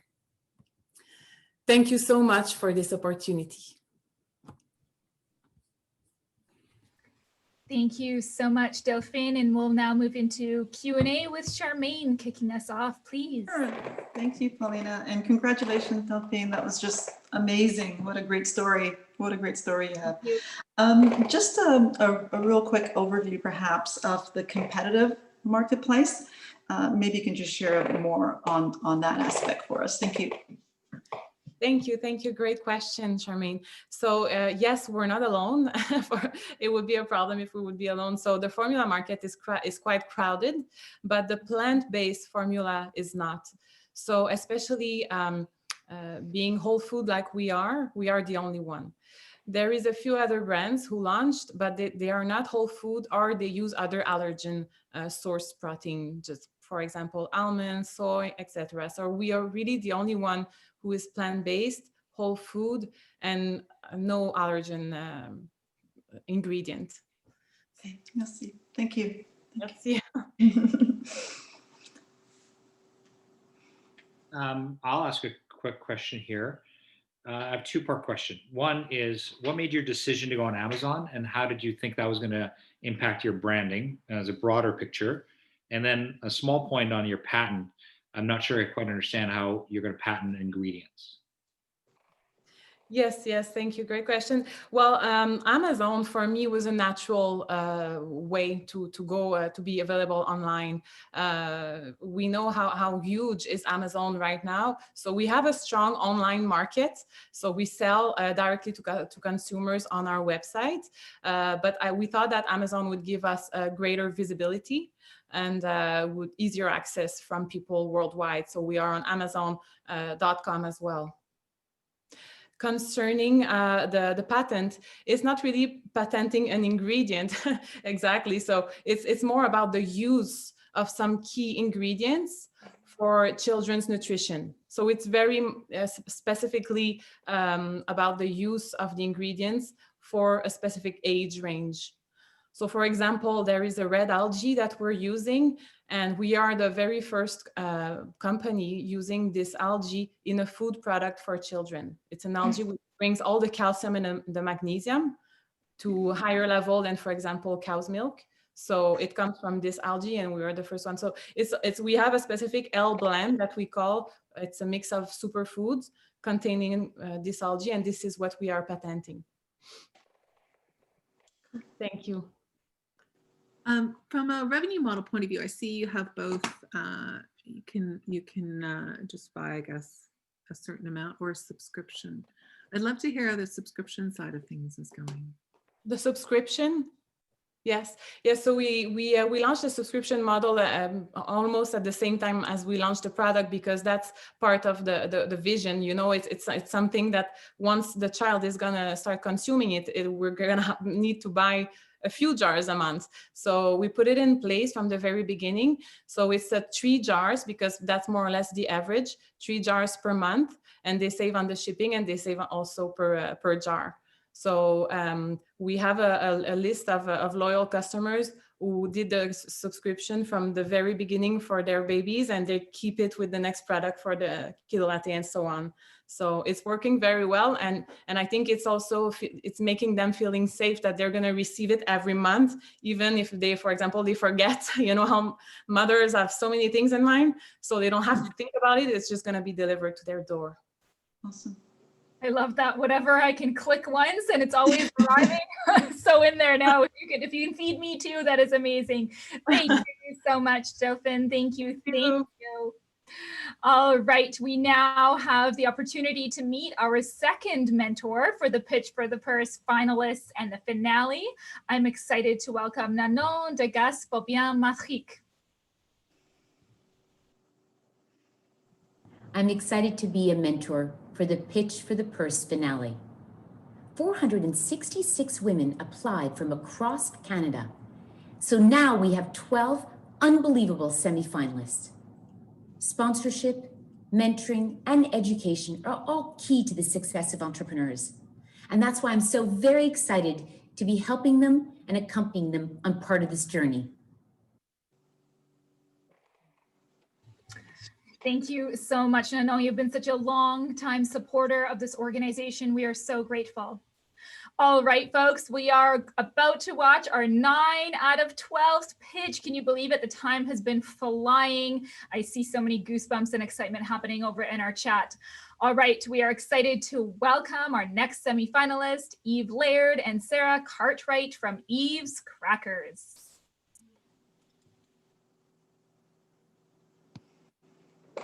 Welcome, everyone. Thank you so much for being here. I'm Eve. And I'm Sarah. We are the sister team behind the Vancouver-based company, Eve's Crackers. In 2016, I was suffering from eczema. In efforts to cure it holistically, I cut out gluten, dairy, nuts, corn, eggs, and sugar, all of my favorite food groups. I was desperate for something that was healthy, that actually tasted good. From this, Eve's Crackers was born. Eve's Crackers started as a farmer's market business, and I soon realized I had a winning product that the market was demanding. My strengths are in product development and design, and I knew that I needed a partner with a complementary skill set. So I convinced my engineering sister, Sarah, to join forces with me and take on the grocery industry. Eve's Crackers are a flaxseed-based cracker that are savory, crunchy, and some say addictive. These crackers uniquely fit into 3 expanding grocery categories. We are gluten-free, vegan, and keto. In the gluten-free and vegan market, our competitors either taste bland or are actually unhealthy and full of filler ingredients. In the keto category, we are the top-selling cracker at a number of grocery stores. We're available in 600 locations, primarily in Western Canada. But we know that the most important metric to track is how fast our product flies off the grocery store shelf. At Nature's Fair, we're the #1 selling cracker in the natural cracker category. And at Save On Foods, we're the #2 selling cracker in our category, and this is right behind the industry giant, Mary's Crackers. Eve's Crackers is a family business. In the early days, we were the bakers, the distributors, the sales, and the marketing team. At times, we had our parents in aprons and hairnets helping us package crackers. We've grown a lot since those early days and have now outsourced production to a co-packer and brought on distributors. We've seen explosive growth over the last 5 years, and the majority of this growth is from sales in Western Canada. This year, we've started to sell in Eastern Canada for the first time. We're currently in Whole Foods and other small banners in the Ontario market. In 2021, we're going to expand into larger banners in Eastern Canada with a revenue target of $3 million. If we win the purse, we will invest the money in process optimization with the goal of decreasing our costs. Decreasing our costs will drive a higher gross margin and allow us to reinvest those savings into marketing and growth initiatives. Snacking on Eve's Crackers brought moments of joy to my life during a time when I was struggling to find joy in food. Our goal in scaling our business is to bring these moments of joy to as many people as possible. Thank you so much. Thank you. Gosh, now I just want some crackers and some snacks. Thank you so much, Eve and Sarah. Let's move into Q&A with you. Over to you, Michelle, to begin, please. I felt the same, Paulina. I'm just looking for such a healthy snack in my house, and unfortunately, I can't seem to find it right now. So I'm looking forward to you coming to Ontario. Again, what's your vision for the company? Do you see yourself, doubling down and just really specializing in the cracker, or do you see yourself broadening a bit more your product line with the same sort of philosophy around ingredients? Yeah, thank you so much for the question. We want to keep doing crackers really well. We don't have any plans to diversify our product lines in terms of another category. We find that our we're very lucky in that our product appeals to a number of niches. So we appeal to the vegan community, the keto community, and the gluten-free community. And we find that we're really strong players in all of those markets. In the gluten-free market, we are a nutrient-dense option, where I find most things in the gluten-free market are nutrient void, like rice crackers. In the keto market, we're also a nutrient-dense option that offers fiber and protein. That was in the gluten-free, that was in the keto. In the vegan market, we're a fiber and protein option. And then in the keto market, we're a really great option for a cracker that is low in carbs. The keto community is really looking for something that is carb-like a chip or a cracker, but is low in carbs. And that's something that Eats Crackers can fill the need for. So we would just like to keep filling the needs for our community in the cracker category. Thank you. That was a great presentation. I just wanted to ask, obviously, FW had a great success with Smart Suites. This has a lot of similarities in that arena, so I'm excited for your future. But I have a question. You talked about taking the money or any of the money you raised for process optimization versus potentially growth and increasing the scale, because I see, and I also tried to order on your website and it's sold out. So please. But can you describe, is it optimization, or should we not be focusing on growth and more production? Yes. So we're pitching for the purse because we would like to invest in our optimization, and by investing in our optimization, it will help us grow in a faster, stronger way. So just to point out that we are sold out online. So during COVID, we found that our sales dropped a little bit. So I slowed down production, and then I sped up production, but not fast enough. So we're playing catch up right now to deal with our spike in demand. And that has really shone a light on the fact that our crackers are still made the exact same way that they were made in my home kitchen 4 years ago, but just on a larger scale with more bodies. So by adding some process optimization into our production, we know that in a situation like we're in right now, where we're having an inventory shortage, we would be able to more quickly get more inventory and deal with a spike in demand. So to answer your question, investing in our optimization is also investing in our growth. Absolutely. Just a real quick question in the time we have left. Maybe you can just, just share what else would you need to continue this growth, to get to that next level, aside from funding? Aside from funding, powerful partnerships. So as we grow, we're primarily in the West right now, and the plan for 2021 is to penetrate the East Coast of Canada and then move into the US. And in the US, we want to be really strategic in our growth there by nailing down some key banners and partnerships like Costco and Starbucks.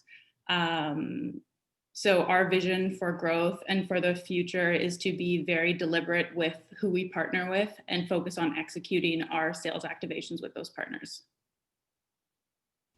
Amazing. Thank you so much, you two. Thank you. Thank you to Michelle's cute little guest star there. Whenever we're in person, there's always babies around. So this is our four-legged fur equivalent. Thank you, Eve and Sarah. Well done. Well done. And with that, we're moving to our next semi-finalist, Libby Berenson from Genies. What if you could directly impact someone else's life, and instead of donations, make their wishes come true? We believe there's a better way to give and turn your donations into true impact. Hi, I'm Libby Berenson, and I'm the co-founder and CEO of Genies. And this is my husband, Sergey, and he's the co-founder and CTO. When our son Leo was born, we have received the same gift 4 times. The truth was, we really needed other baby items, but we didn't feel comfortable asking for them. This gave us an idea to develop a platform where others could make meaningful wishes come true, just like a genie in a bottle. Fast forward to October 19, we have launched our social gifting platform, Genies, a new way to give to those who need it most, turning donations into true impact. Today, we're a team of 15, including advisors, contractors, employees, and volunteers, and working with over 20 nonprofits and growing each month. So how does it work? Nonprofits get listed on Genies and invite their families to create personal wish lists of specific items they need From everyday essentials to groceries and even dental services. Donors donate any item they choose, and it is delivered directly to the organization or the family. In a world without Genies, nonprofits struggle to attract and retain new donors, spending too much time and money on a manual donation process.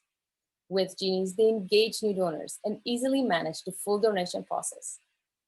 In a world without Genies, families need to ask for donations in social media, using their names, and can share their unique asks. With Genies, they receive items they truly need while remaining anonymous and keeping their dignity.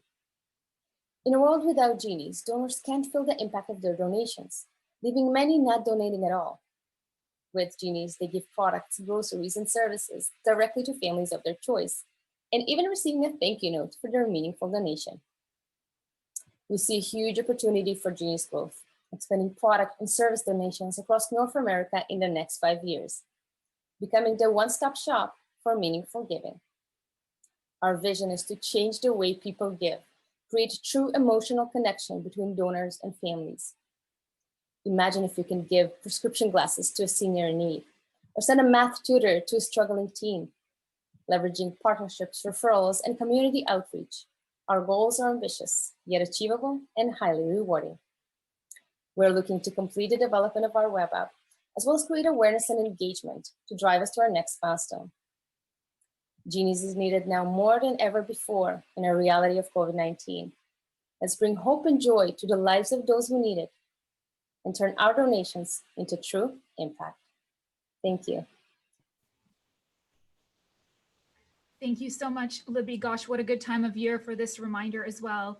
Okay, over to you, Ali, to kick us off, please. Hello. Sorry. I have to say, I love the whole concept. I love the way you try to converge the emotional side of things for the donor to the direct need of somebody. But I've got to ask you, what the question here is, like, how do you make this a sustainable, profitable model? Like, what's your go-to-market strategy? And that's one of the unique things that we do. We're not a regular fundraising platform. We don't see ourselves as a fundraising platform. And I was hoping that you will ask that, because that's one of the questions that we're being asked is, how do we make money? So we're actually leveraging affiliate partnerships on the back end, which means that we leveraged affiliate programs that are usually exist for bloggers or things similar to that. For every transaction on Genies, we receive a small percentage from the retailer or the service provider that we partner with. So currently we have Amazon, of course, as the big retailer that we've chose because of the variety of products and the trusted delivery to the families, as well as local service providers like dental service dentists, and as well as we're actually integrating soon with a women-owned Canadian business that are going to be another affiliate for us. Absolutely. Thank you. This is fantastic. Congratulations. What a great need, big gap, charities. I'm all for that. Just a question about some of the competitive landscape around this area. So maybe you can share that with us, please. Sure. And we have two different types of competitors. One is a direct competitor, and they're mainly doing product donations, and there are a handful in Canada and US, and mostly nonprofits. We have one that is starting to do something more similar to what we're doing in US, but they don't have a mobile app, and they're not doing families wish lists, specific families wish lists. So it's more of product donations. And the indirect competitors are fundraising platforms, and we actually don't see them as competitors. We see them as potential partners. We are not trying to be a fundraising platform. We want to give differently. And so partnering with a fundraising platform or other partners that shares the same values or mission with us could be really, really a great opportunity to scale this platform as a one-stop shop. Thank you. Thank you. So really, really great idea, great execution. Have you given some thought on how you can build virality or a network effect into the platform? Yeah, 100%. So donor referrals and thank you notes are huge opportunities. So we have thank you notes handwritten and like you saw, and actual thank you notes in the app that our families are sending to our donors, which is something that they can also share. Just an interesting story, we had a donor a couple of weeks ago downloading the app and adopting a family, and they shared their story and their feeling about it, and it went viral. The same day we got about, I think 50 or 70 donors in the same day, just coming from that one post. So one more thing that I would add there's an opportunity to create badges of honor for donors and gamifying it with some similar ideas to make it even more viral. Thank you so much, Libby. Okay, folks, we've got 2 more to watch. Right before we do that, I want to remind you to activate your support and practice community as a verb. We're going to post the link again where you can get connected directly with these women entrepreneurs and perhaps consider being their partner, collaborator, investor, procurer, etc. Or maybe just send them some love. Send them some love this season. All right, we're going to now be hearing from Karen Danijaya from Bloom Supply Co. Hello, my name is Karen Danijaya and I'm the founder of Bloom. And our mission is to reinvent lattes to be functional, nutritious, and delicious. We offer 7 SKUs that are micro-ground powders made from superfoods so that you can add them to anything. Less sugar, more nutrients, and the perfect boosters for any time of day. When I graduated from university, I took coffee meetings, a lot of them, and I quickly realized that I was sensitive to caffeine. It upset my digestion, it disturbed my sleep, and it heightened my anxiety. And I'm not alone, with women, older generations, and those with anxiety being disproportionately affected. So I started looking for alternatives, something that wasn't caffeine-based, something that was not made from syrup, and something with actual health benefits, something that supported my wellness goals. And to put it simply, there weren't a lot of options. Enter Bloom, specifically formulated to support your health goals. Our blends are 1/6 the sugar of mainstream alternatives and are micro-ground to be more versatile. From lattes to oatmeal, these blends have got you covered.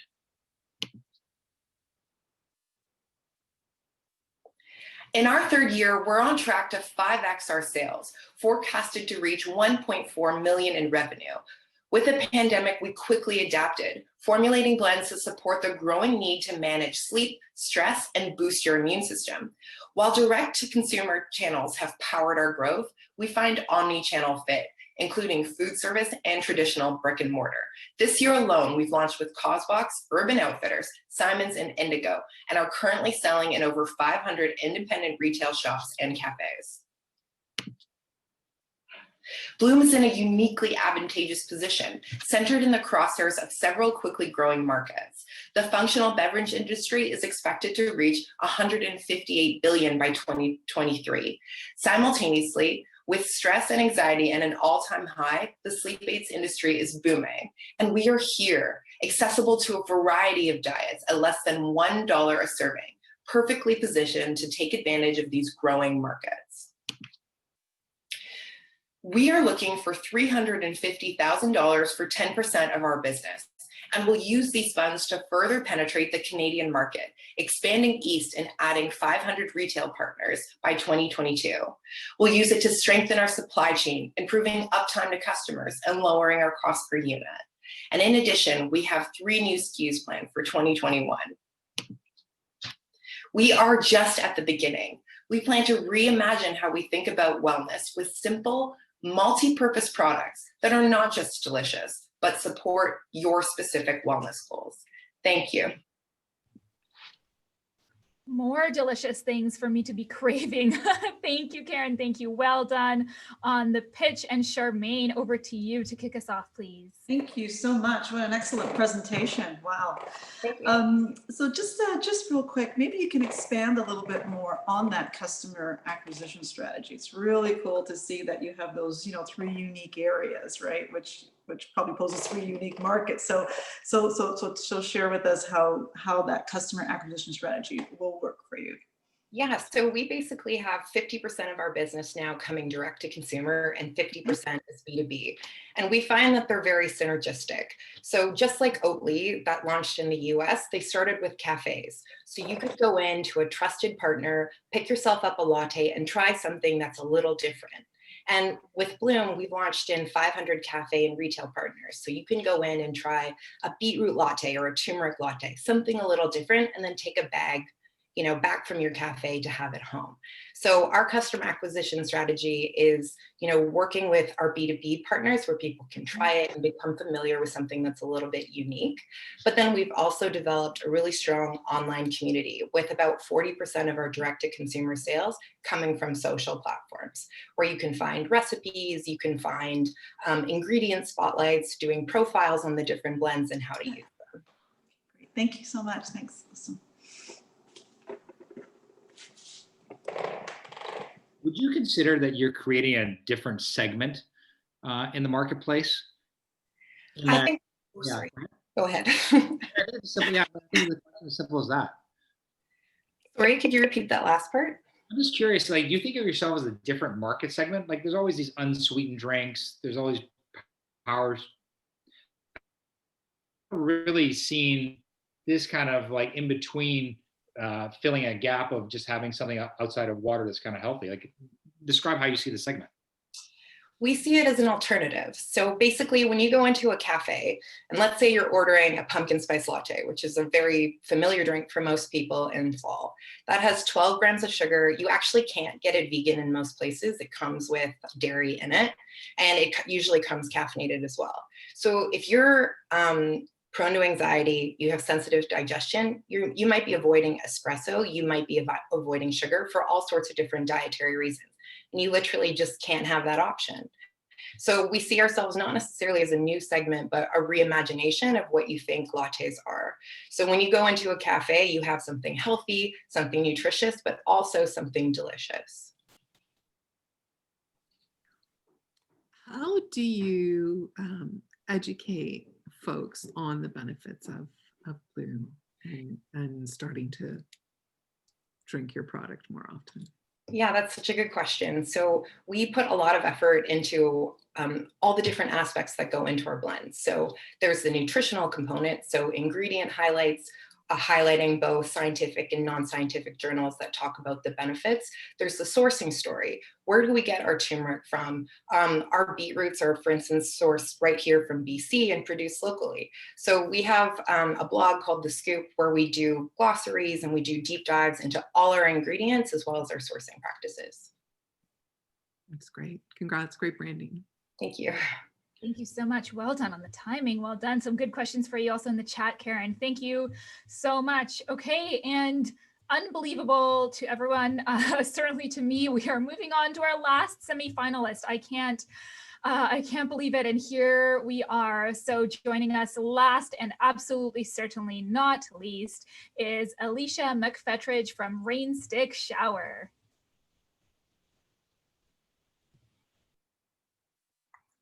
Hi, everybody. My name is Alicia, and I am the CEO and co-founder of Rainstick Shower. Less than 1% of the world's water is fresh water, yet every time we use water, we waste it. Think about when we shower. We heat up 100 liters of water, and that touches our skin for only a second before it goes down the drain. To put that into perspective, that's 33 times the amount of recommended drinking water for a person per day. And that's for one shower. It's incredibly wasteful. In North America, we waste 50 trillion liters of water and emit 330 billion pounds of CO2 every year. But there's more to that. Showering is 1/3 of water bills and 1/3 of energy bills. Low flow options exist, but force compromise. Shampoo is barely washed out of your hair. We've now interviewed over 500 people who have validated they do want to live a sustainable lifestyle. They just don't want it to be hard. And the solution is a made in Canada clean technology with big international plans. Our first product is a modern high pressure shower that saves 80% energy and 80% water through recirculation and filtration that makes water clean, clear, and safe enough to drink. There's 2 times to install Rainstick. during new construction and bathroom renovation. And because you're saving 80% energy of water, you're also saving an upwards of $700 per year. We're reaching our customers through D2C, so e-commerce, channel partnerships like Bathroom Pros, and utility partnerships, offering subsidies to the end user. We're targeting a price point of $2,500 USD, and that's less than a 4-year payback period. We know there's over 300 million showers in North America, and our target audience are hotels and homes working towards environmental mandates, regulatory compliance, and cost reduction. We have a fantastic team, a strong skill set in water management, engineering, and business, and some of the best advisors in the industry. We are going to market next year. We have our product, we filed our first IP, we've secured $280,000 in non-dilutive funding, launched our website, which led to 64 waitlist orders, and we have partners, Bathroom Pros who are supporting our first installations into market. Our vision is to cut water and energy use in half. And by 2025, we're on track to save 200 million liters of water, divert 138,000 pounds of CO2, and do it all without compromise. But we can't do it alone. We really need your help. If you know anyone that might be interested in a Rainstick, knows anyone that could be a pilot partner or a strategic investor, please reach out. And if you do anything today, please like or join our community. We really would love to hear from you. Thank you very much. Thank you, Alicia. Loved that call to action at the end. That was perfect. All right, Michelle, over to you to begin our last Q&A. Wow, that's incredible. I can't believe it's gone by so fast. So thanks for the presentation, Alicia. When I hear about Rainstick, I can't stop thinking about Ecobee, right? And some of the things that they did to go to market. Have you kind of looked at their approaches? They initially started in the commercial sort of side of things and new home constructions by developers or potentially hotels, new hotels, all those sorts of things. And then they've kind of moved into the more direct to consumer. But there were also, I know when we bought ours, there was a big incentive to purchase it because Enbridge gave me basically paid me for it. Have you looked into kind of their approach and what do you like about what they've done? And is there some inspiration there?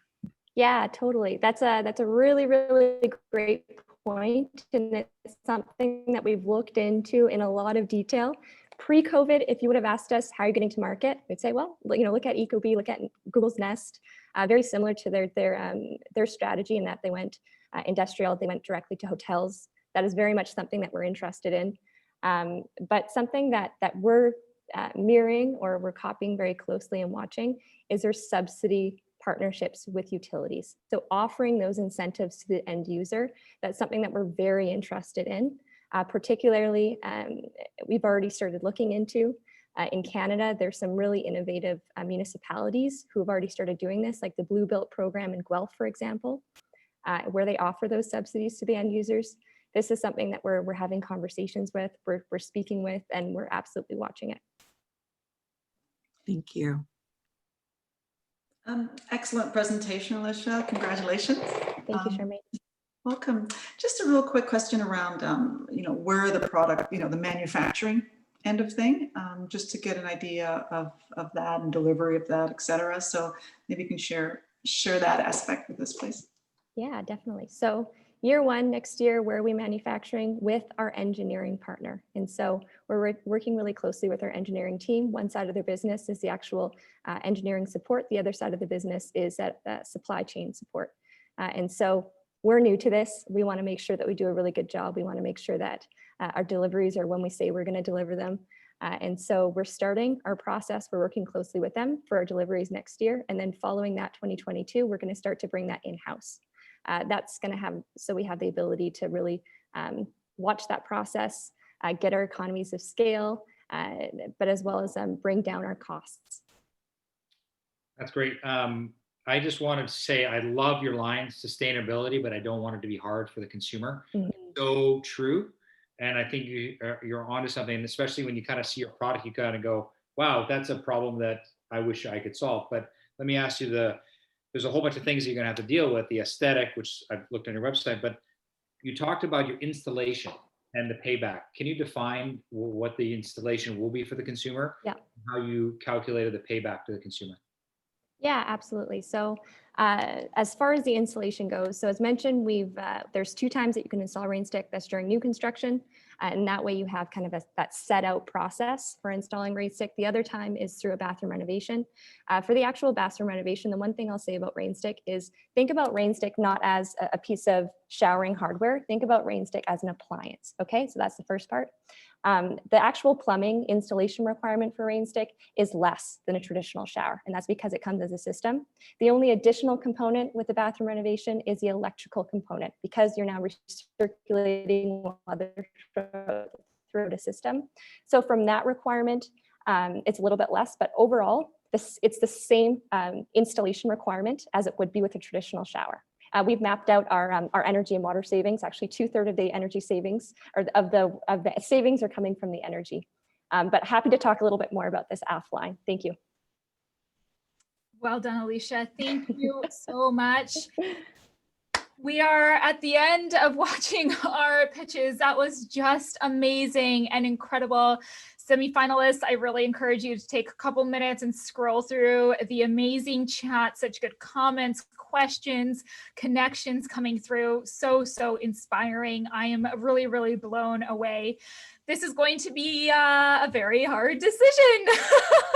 So myself, Ali, Michelle, and Charmaine are about to scoot off from here. We're going to go to a separate Zoom line where we are joining the 7 other community panel members to deliberate and to come back to you in about 10 to 15 minutes. I'm gonna have to be the bad cop over there to come back to you and announce our 3 finalists. In the meantime, I'm going to pass it over to my incredible colleague, Lisa Niemeczek from our team, who's our Director of Corporate Sponsorship, who's going to be with us for the next portion of this programming. Hey, Lisa, over to you.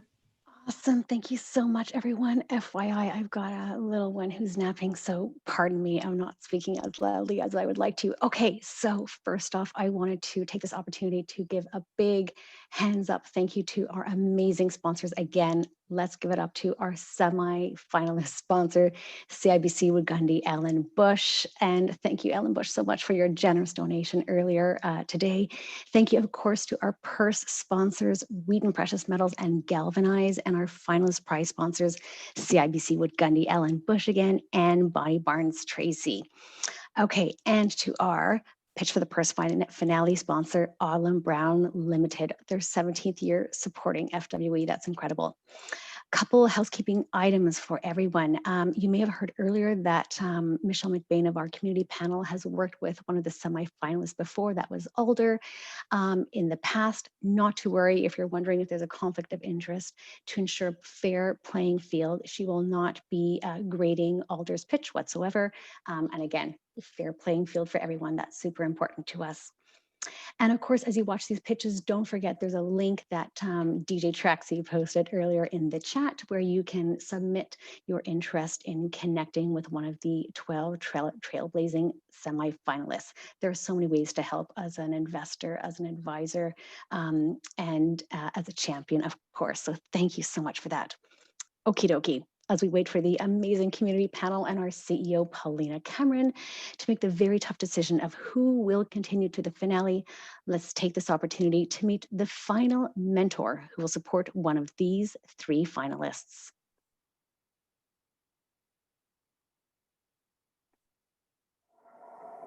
Hello, everyone.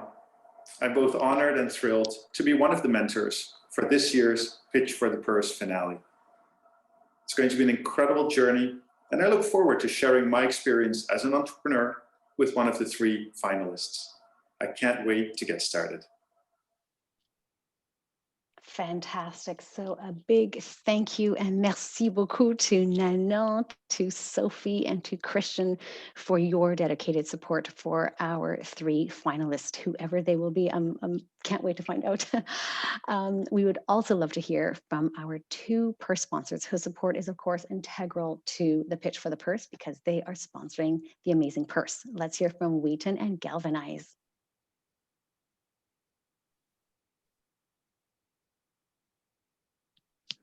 Hello, bonjour, FWE community. My name is Randy Smallwood, and I am President and CEO of Wheaton Precious Metals.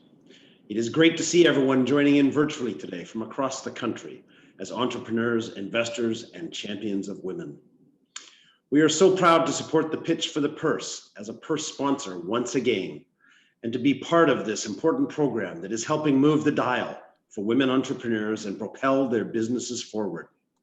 As the father of 4 daughters, I am personally very motivated to support this initiative. This is a particularly exciting year for the event, with double the amount of applications received compared to last year. I am also thrilled to have Lori Schultz and the Galvanize team join us as a purse sponsor, doubling the purse prize to $50,000. Together, we can help level the playing field for all. Congratulations to the Trailblazing 12 Semi-Finalists on your exceptional pitches, and best of luck. We look forward to seeing the 3 finalists in February. In the meantime, and with these challenging times, everyone, please remember to take a mental health break over the holidays. Support your family, your friends, and your neighbors, and stay connected, stay safe, and stay healthy. Thank you.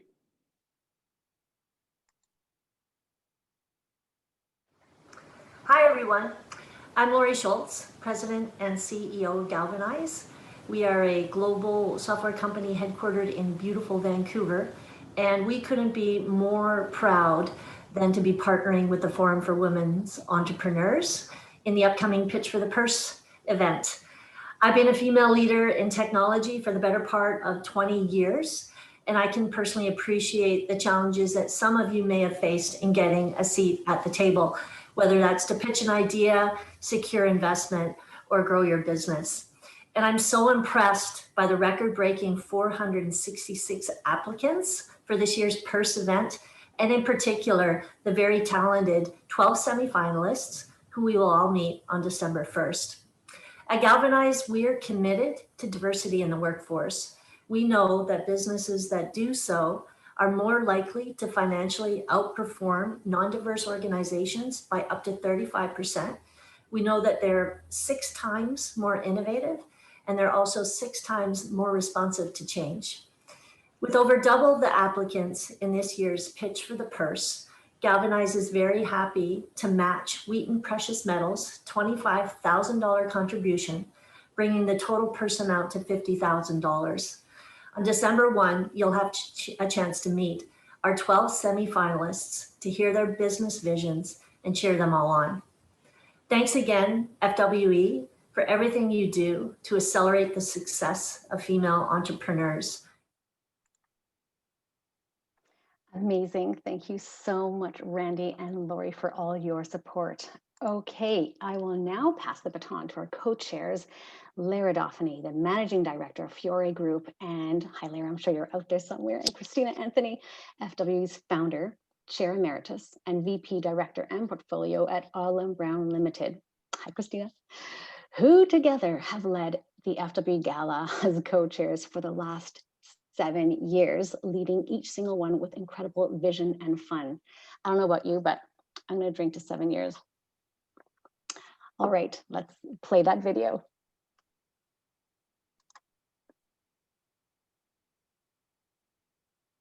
This year has been like no other. Yep, this year FWE doubled the applicants for Pitch for the Purse competition and mentored over 5,000 women already. And our 3 new mentors, Manon, Sophie, and Christian, will guide the top 3 to the finale. Thanks to Wheaton Precious Metals and Galvanize, this year's winning purse is $50,000. And we can't wait to be your co-chairs for the Alder Brown FWE Pitch for the Purse 60-minute finale show on February 25th, 2021. Tune in. Virtually. Together. COVID ain't stopping us.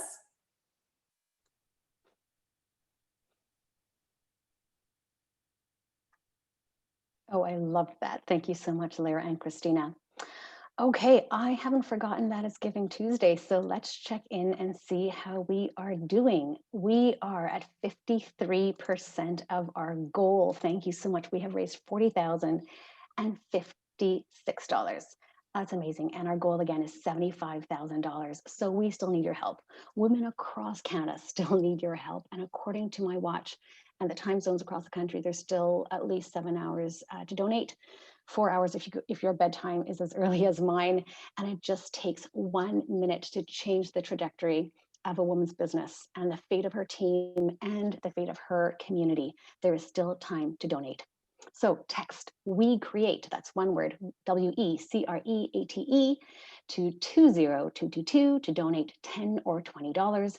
For larger amounts, you can go to fwe.ca/donate. You can email me, lisa@fwe.ca, if you'd like to discuss a larger donation opportunity. We accept cash and checks, donation of shares, and other things as well. Donations over $100 will receive a tax receipt. And yes, let's now turn our eyes to a We Create video.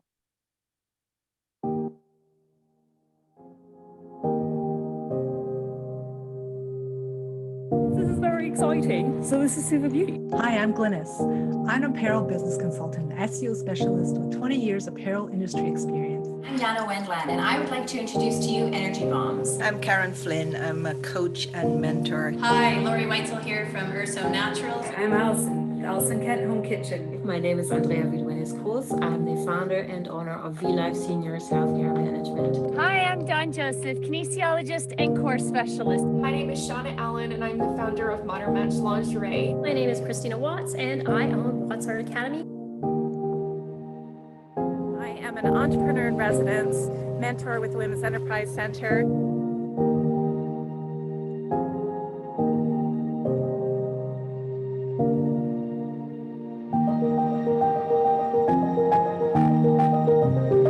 If I put her down, she will definitely wake up.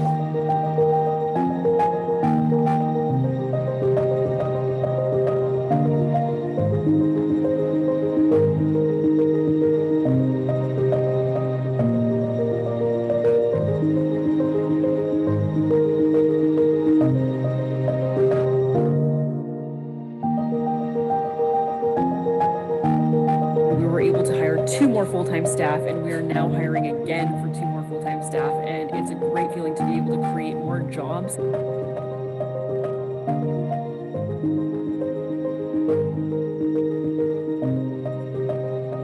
To my mentor, Heather, thank you very much for the guidance and for inspiring me to keep on working on my business. Thanks to all of my coaches and mentors. And a special thank you to Bobby Carpino. I am so honored to call you my mentor and my friend. Watch you ladies in all of our groups. You all step into it and you do an amazing, amazing job.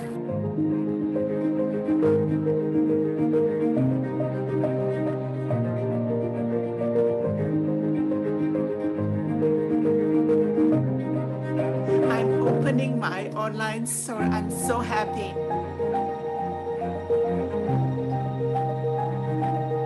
I opened my second location in 2019 in Fernie, BC.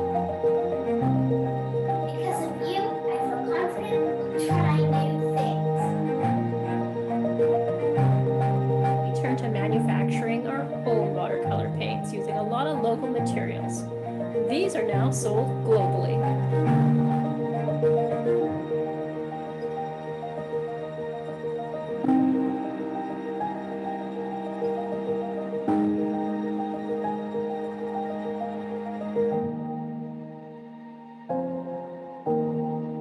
Happy Women's Entrepreneurship Day. Celebrate with me.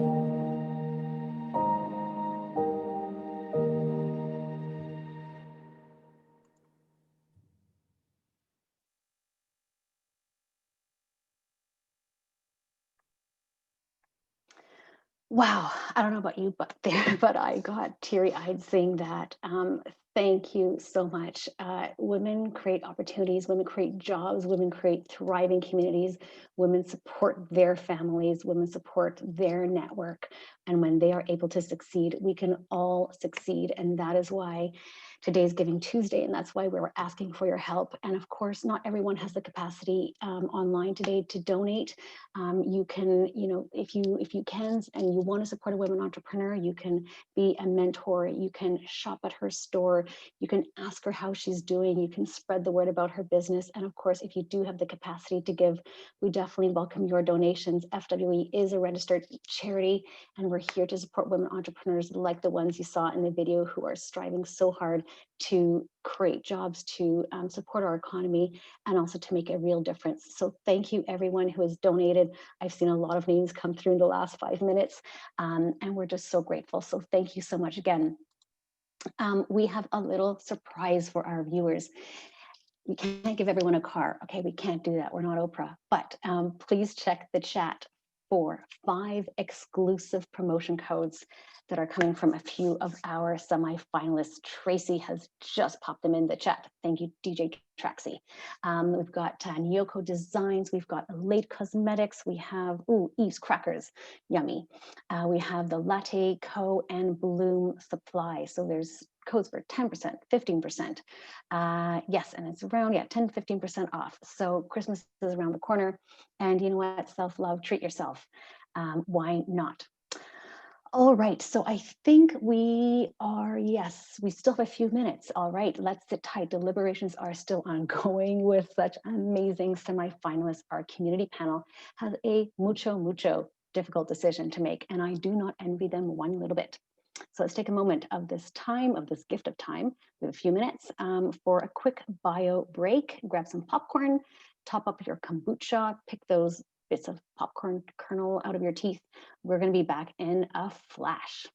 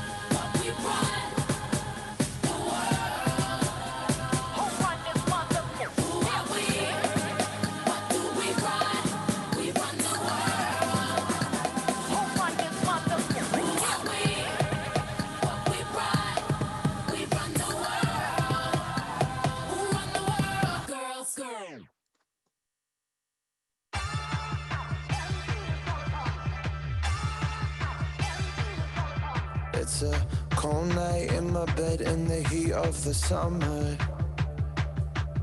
I've been waiting patiently for a beautiful lover. He's not a cheater, a believer. He's a warm, warm-blooded achiever. It's a lonely night in my bed in the heat of the summer. It's so high when you're with someone, your heart breaks and it ain't no fun. But I gotta take that risk tonight. I'm ready, I'm ready, I'm ready, I'm ready for someone to love me. I'm ready, I'm ready, I'm ready, I'm ready for someone to love me.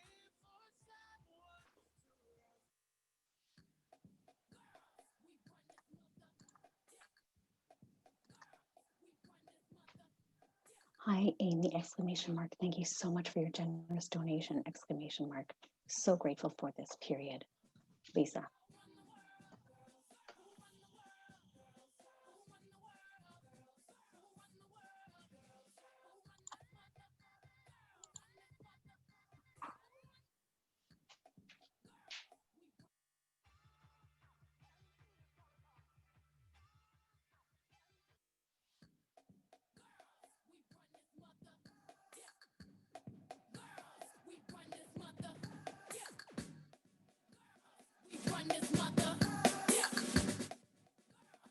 Run this mother. Who run the world? Girls. Who run the world? Girls. Who run the world? Girls. Who run the world? Girls. Who run this mother? Who run this mother? Who run this mother? Who run this mother?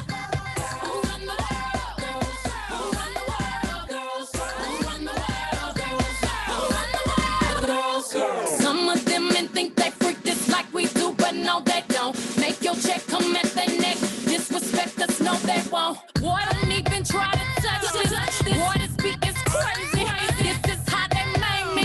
Houston, Texas, baby. This goes out to all my girls up in the club, rocking the ladies. Who will buy it for themselves and get more money later? I think I need a barber. None of these can play me.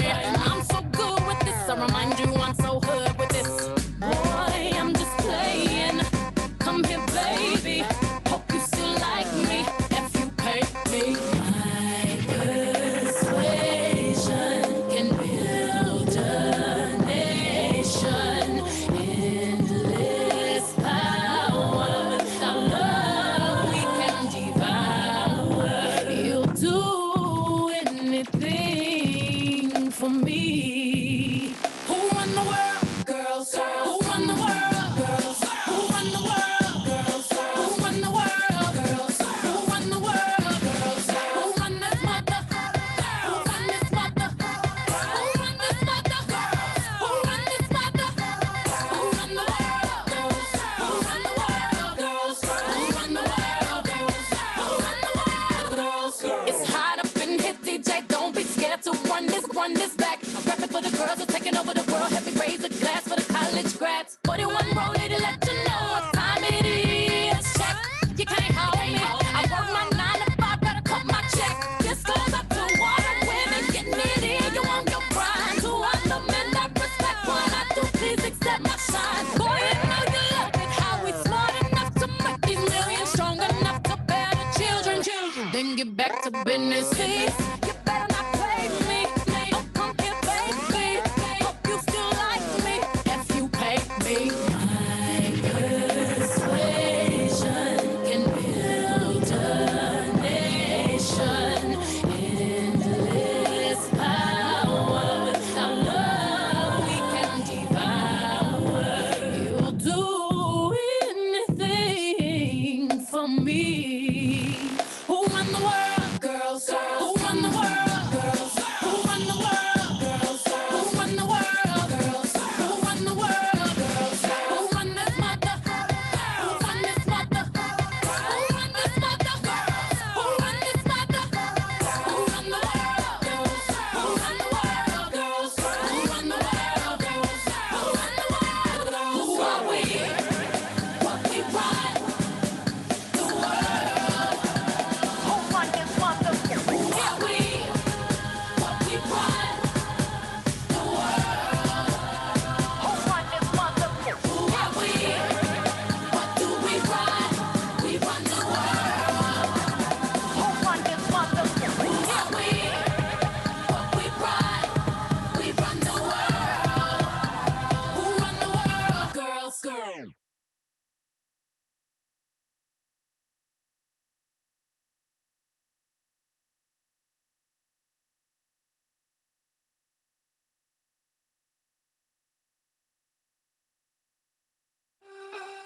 when all the tears are rolling down your face, and it feels like yours was the only heart to break.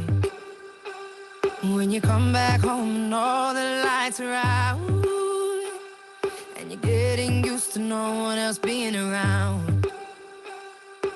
Oh, I'll be there when you need a little love. I got a little love to share. Yeah, I'm gonna come through. You'll never be alone. I'll be there for you. I'll be there, yeah, yeah. I'll be there for you. I'll be there, yeah, yeah. I'll be there for you. Oh, I say, yeah, yeah. I got enough love for two. You'll never be alone. I'll be there for you. When it's Friday night and the drink don't work the same, you're alone with yourself and there's no one else to blame.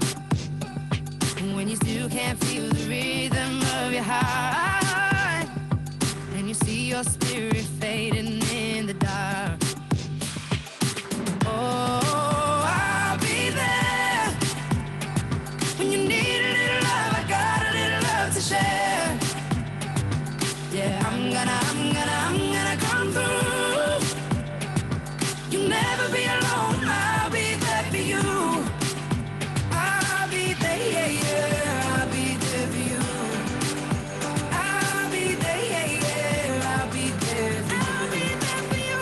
Oh, I say, yeah, yeah. I got enough love for two. You'll never be alone. I'll be there for you. When you're lost down the riverbed, I'll be there. When you're lost in the darkness, I'll be there. I'll be there when your heart is breaking. You'll never be alone. I'll be there for you. I'll be there, yeah. I'll be there, yeah. I'll be there for you. I'll be there. I'll be there, yeah. I'll be there for you. Oh, I say, yeah. I got enough love for two. You'll never be alone. I'll be there for you. I'll be there, yeah. I'll be there for you. I'll be there, yeah. I'll be there for you. Oh, I say, yeah. I got enough love for two. You'll never be alone. I'll be there for you. I'll be there for you. I'll be there for you. Never be alone. I'll be there for you. I'll be there for you. I'll be there for you. Never be alone. I'll be there for you. I will always.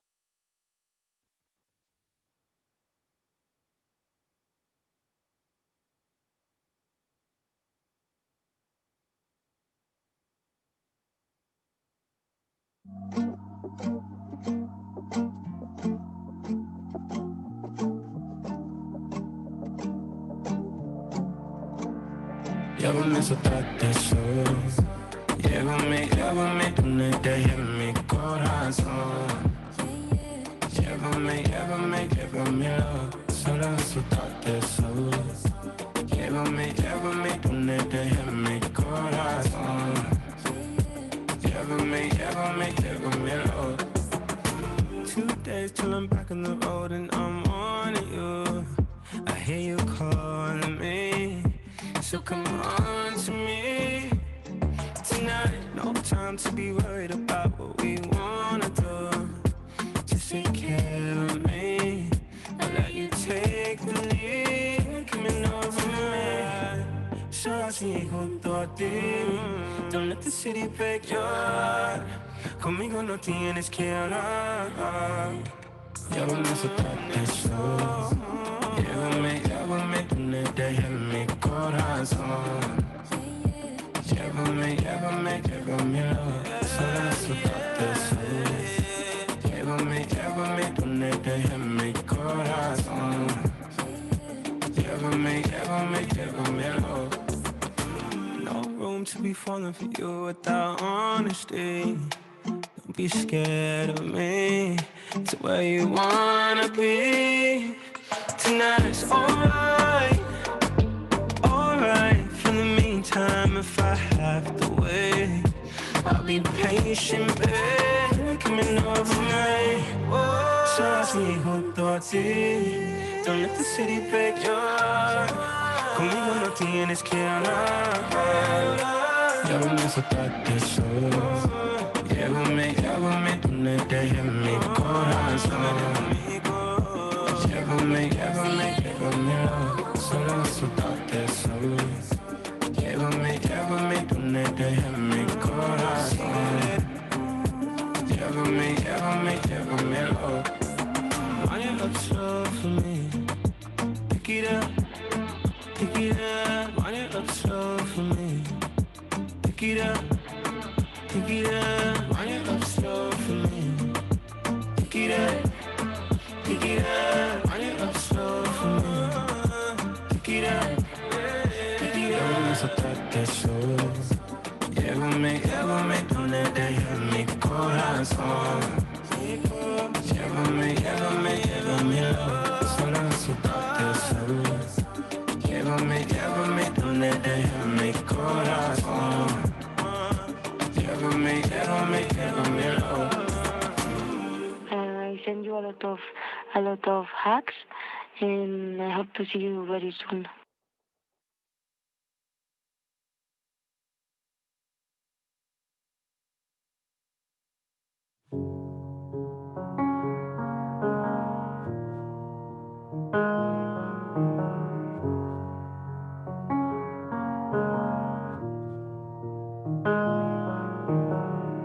I can see you standing, honey, with his arms around your body, laughing but the joke's not funny at all. And it took you 5 whole minutes to pack us up and leave me with it, holding all this love out here in the hall. I think I've seen this film before, and I didn't like the ending. You're not my homeland anymore, so what am I defending now? You were my town, now I'm in exile seeing you out. I think I've seen this film before.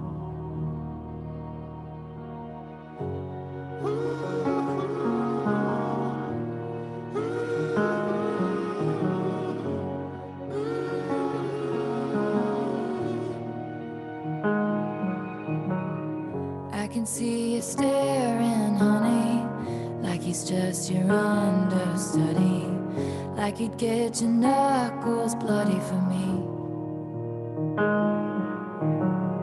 Second, third, and 100th chances, balancing on breaking bridges. Those eyes add insult to injury. I think I've seen this film before, and I didn't like the ending. I'm not your problem anymore, so who am I offending now? You were my crown, now I'm in exile seeing you out. I think I've seen this film before, so I'm leaving out the side door. So step right out, there is no amount of cry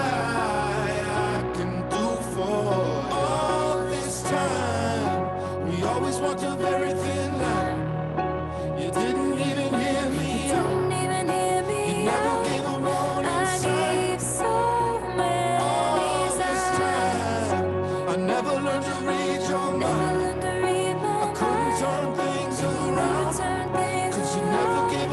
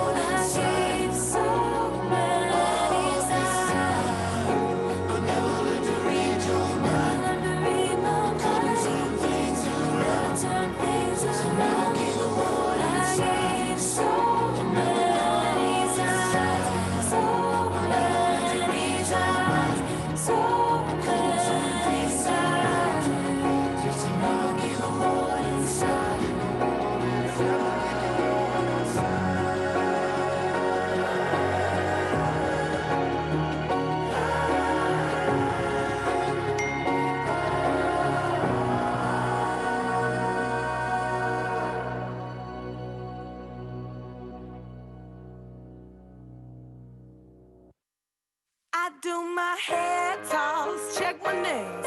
Baby, how you feeling? Hair toss, check my nails. Baby, how you feeling? Woo, child, tired of the bullshit. Gone, dust your shoulders off. Keep it moving, yes, Lord. Trying to get some new shit in there. Swimwear, going to the pool shit. Come now, come dry your eyes. You know you a star, you can touch the sky. I know that it's hard, but you have to try. If you need advice, let me simplify. If he don't love you anymore, just walk your fine ass out the door. I do my hair toss, check my nails. Baby, how you feeling? Hair toss, check my nails. Baby, how you feeling? Feeling good as hell. Baby, how you feeling? Woo, girl, need to kick off your shoes. Gotta take a deep breath, time to focus on you. All the big fights, long nights that you've been through. I got a bottle of tequila I've been saving for you.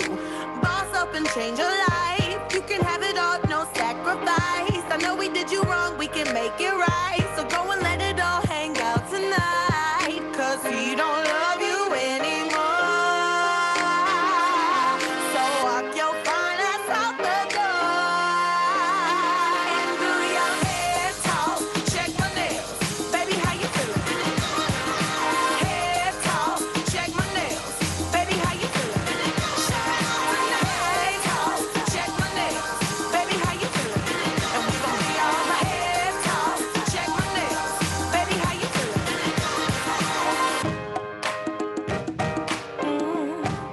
Yeah. Alright. Listen, if he don't love you anymore, then walk your fine ass out the door. And do your hair toss, check my nails. Baby, how you feeling? Hair toss, check my nails. Baby, how you feeling? Hair toss, check my nails. Baby, how you feeling? And we gon' make you hair toss, check my nails. Baby, how you feeling? Feeling good as hell. Baby, how you feeling?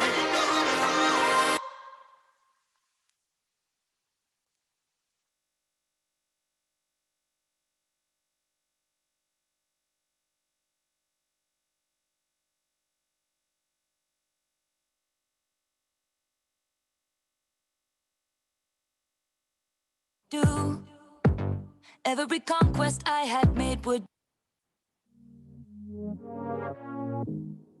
I'll keep it simple and try to explain, but it's harder to say than you think when it comes from a dark place. Like we all wanna win, but life ain't a game.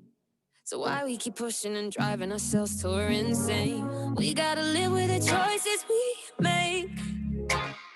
But if we get it wrong, we can't blame no one. When it's your sanity that's at stake, please don't lose your life, you'll lose your mind. We got flaws in all of us, but that's what makes us glorious. Time goes by in front of us, so let's just make it glorious. I could be kinder to myself on days whenever I look in the mirror and talk to my body and say it could be tighter. And ain't it a shame that we struggle to see how beautiful comes in a million ways? We gotta live with the choices we make. But if we get it wrong, we can't blame no one. When it's your sanity that's at stake, please don't lose your life, you'll lose your mind. We got flaws in all of us, but that's what makes us glorious. Time goes by in front of us, so let's just make it glorious. Can we quit paying attention to opinions and perfection before we run out of you? Oh, 'cause we got flaws in all of us, but that's what makes us glorious, glorious, glorious.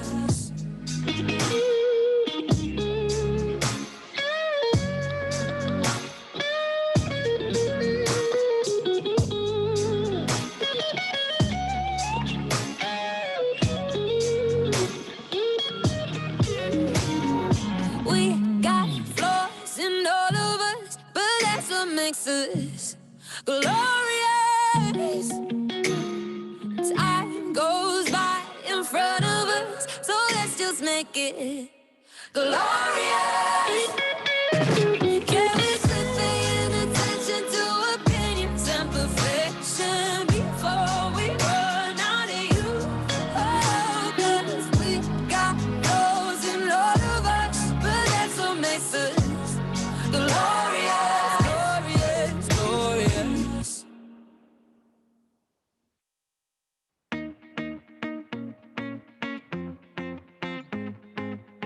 Midnight, you're still with your friends. I can see you in the lines and back at the end. And you always hated this place. Gotta say I'm not surprised when I'm seeing your face.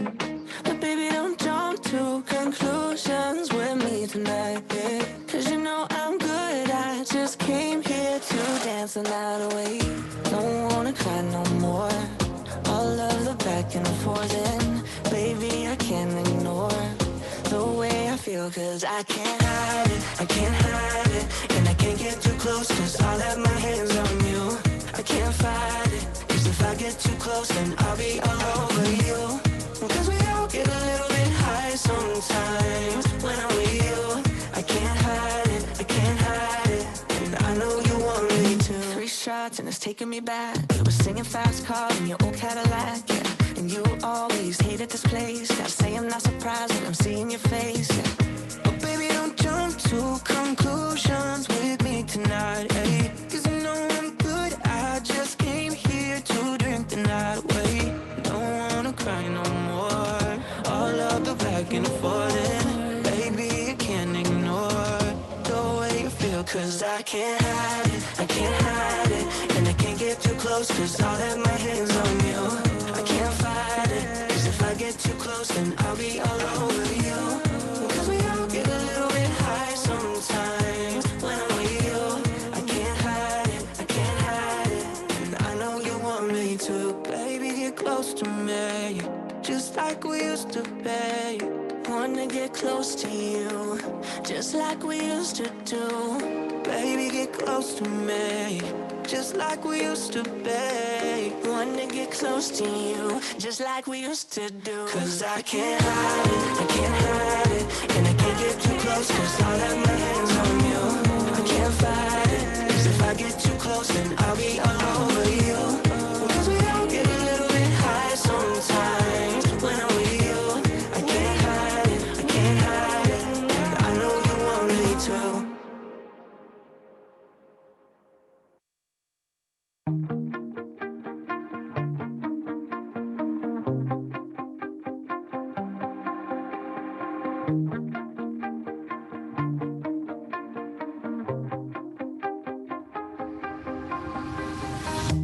You shout it out, but I can't hear a word you say.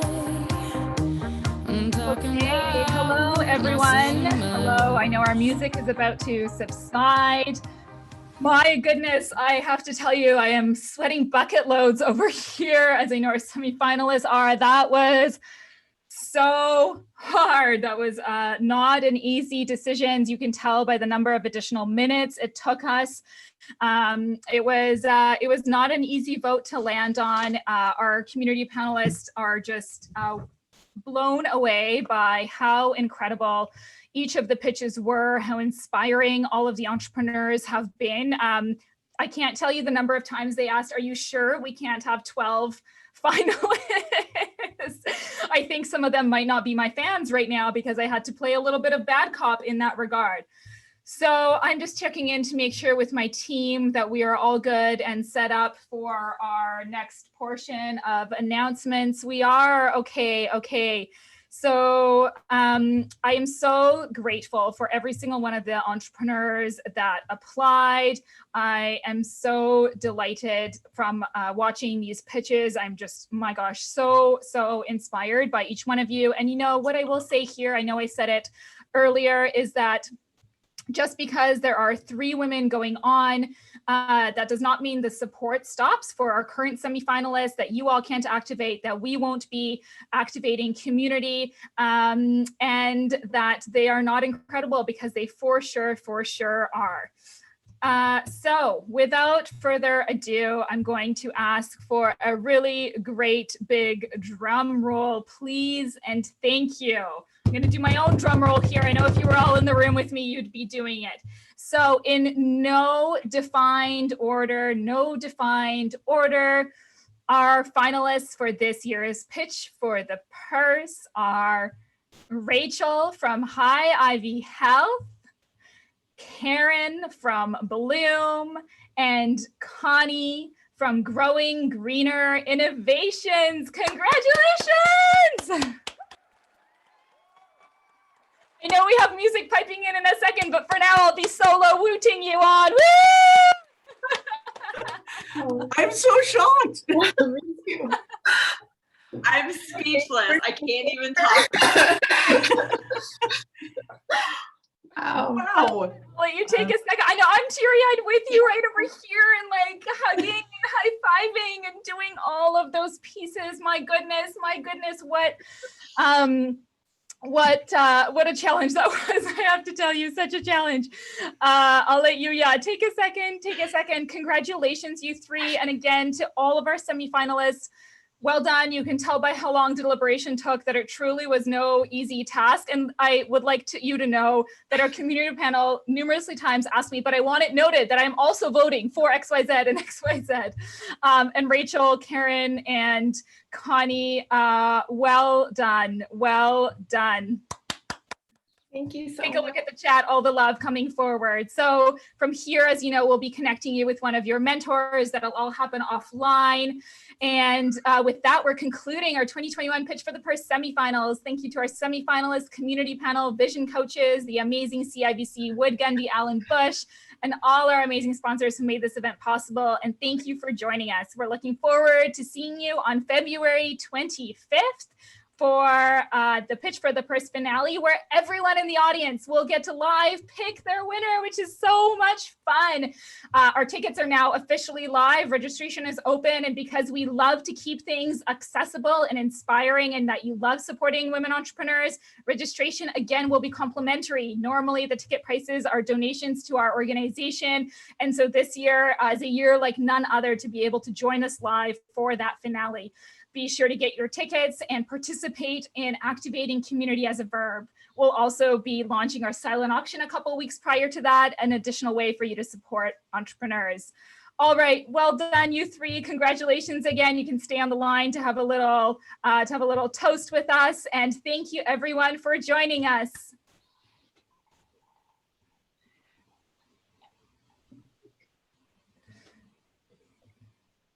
Hang on, you 3. I know we're going to stop the browse in 1 second, and then we can chat with you.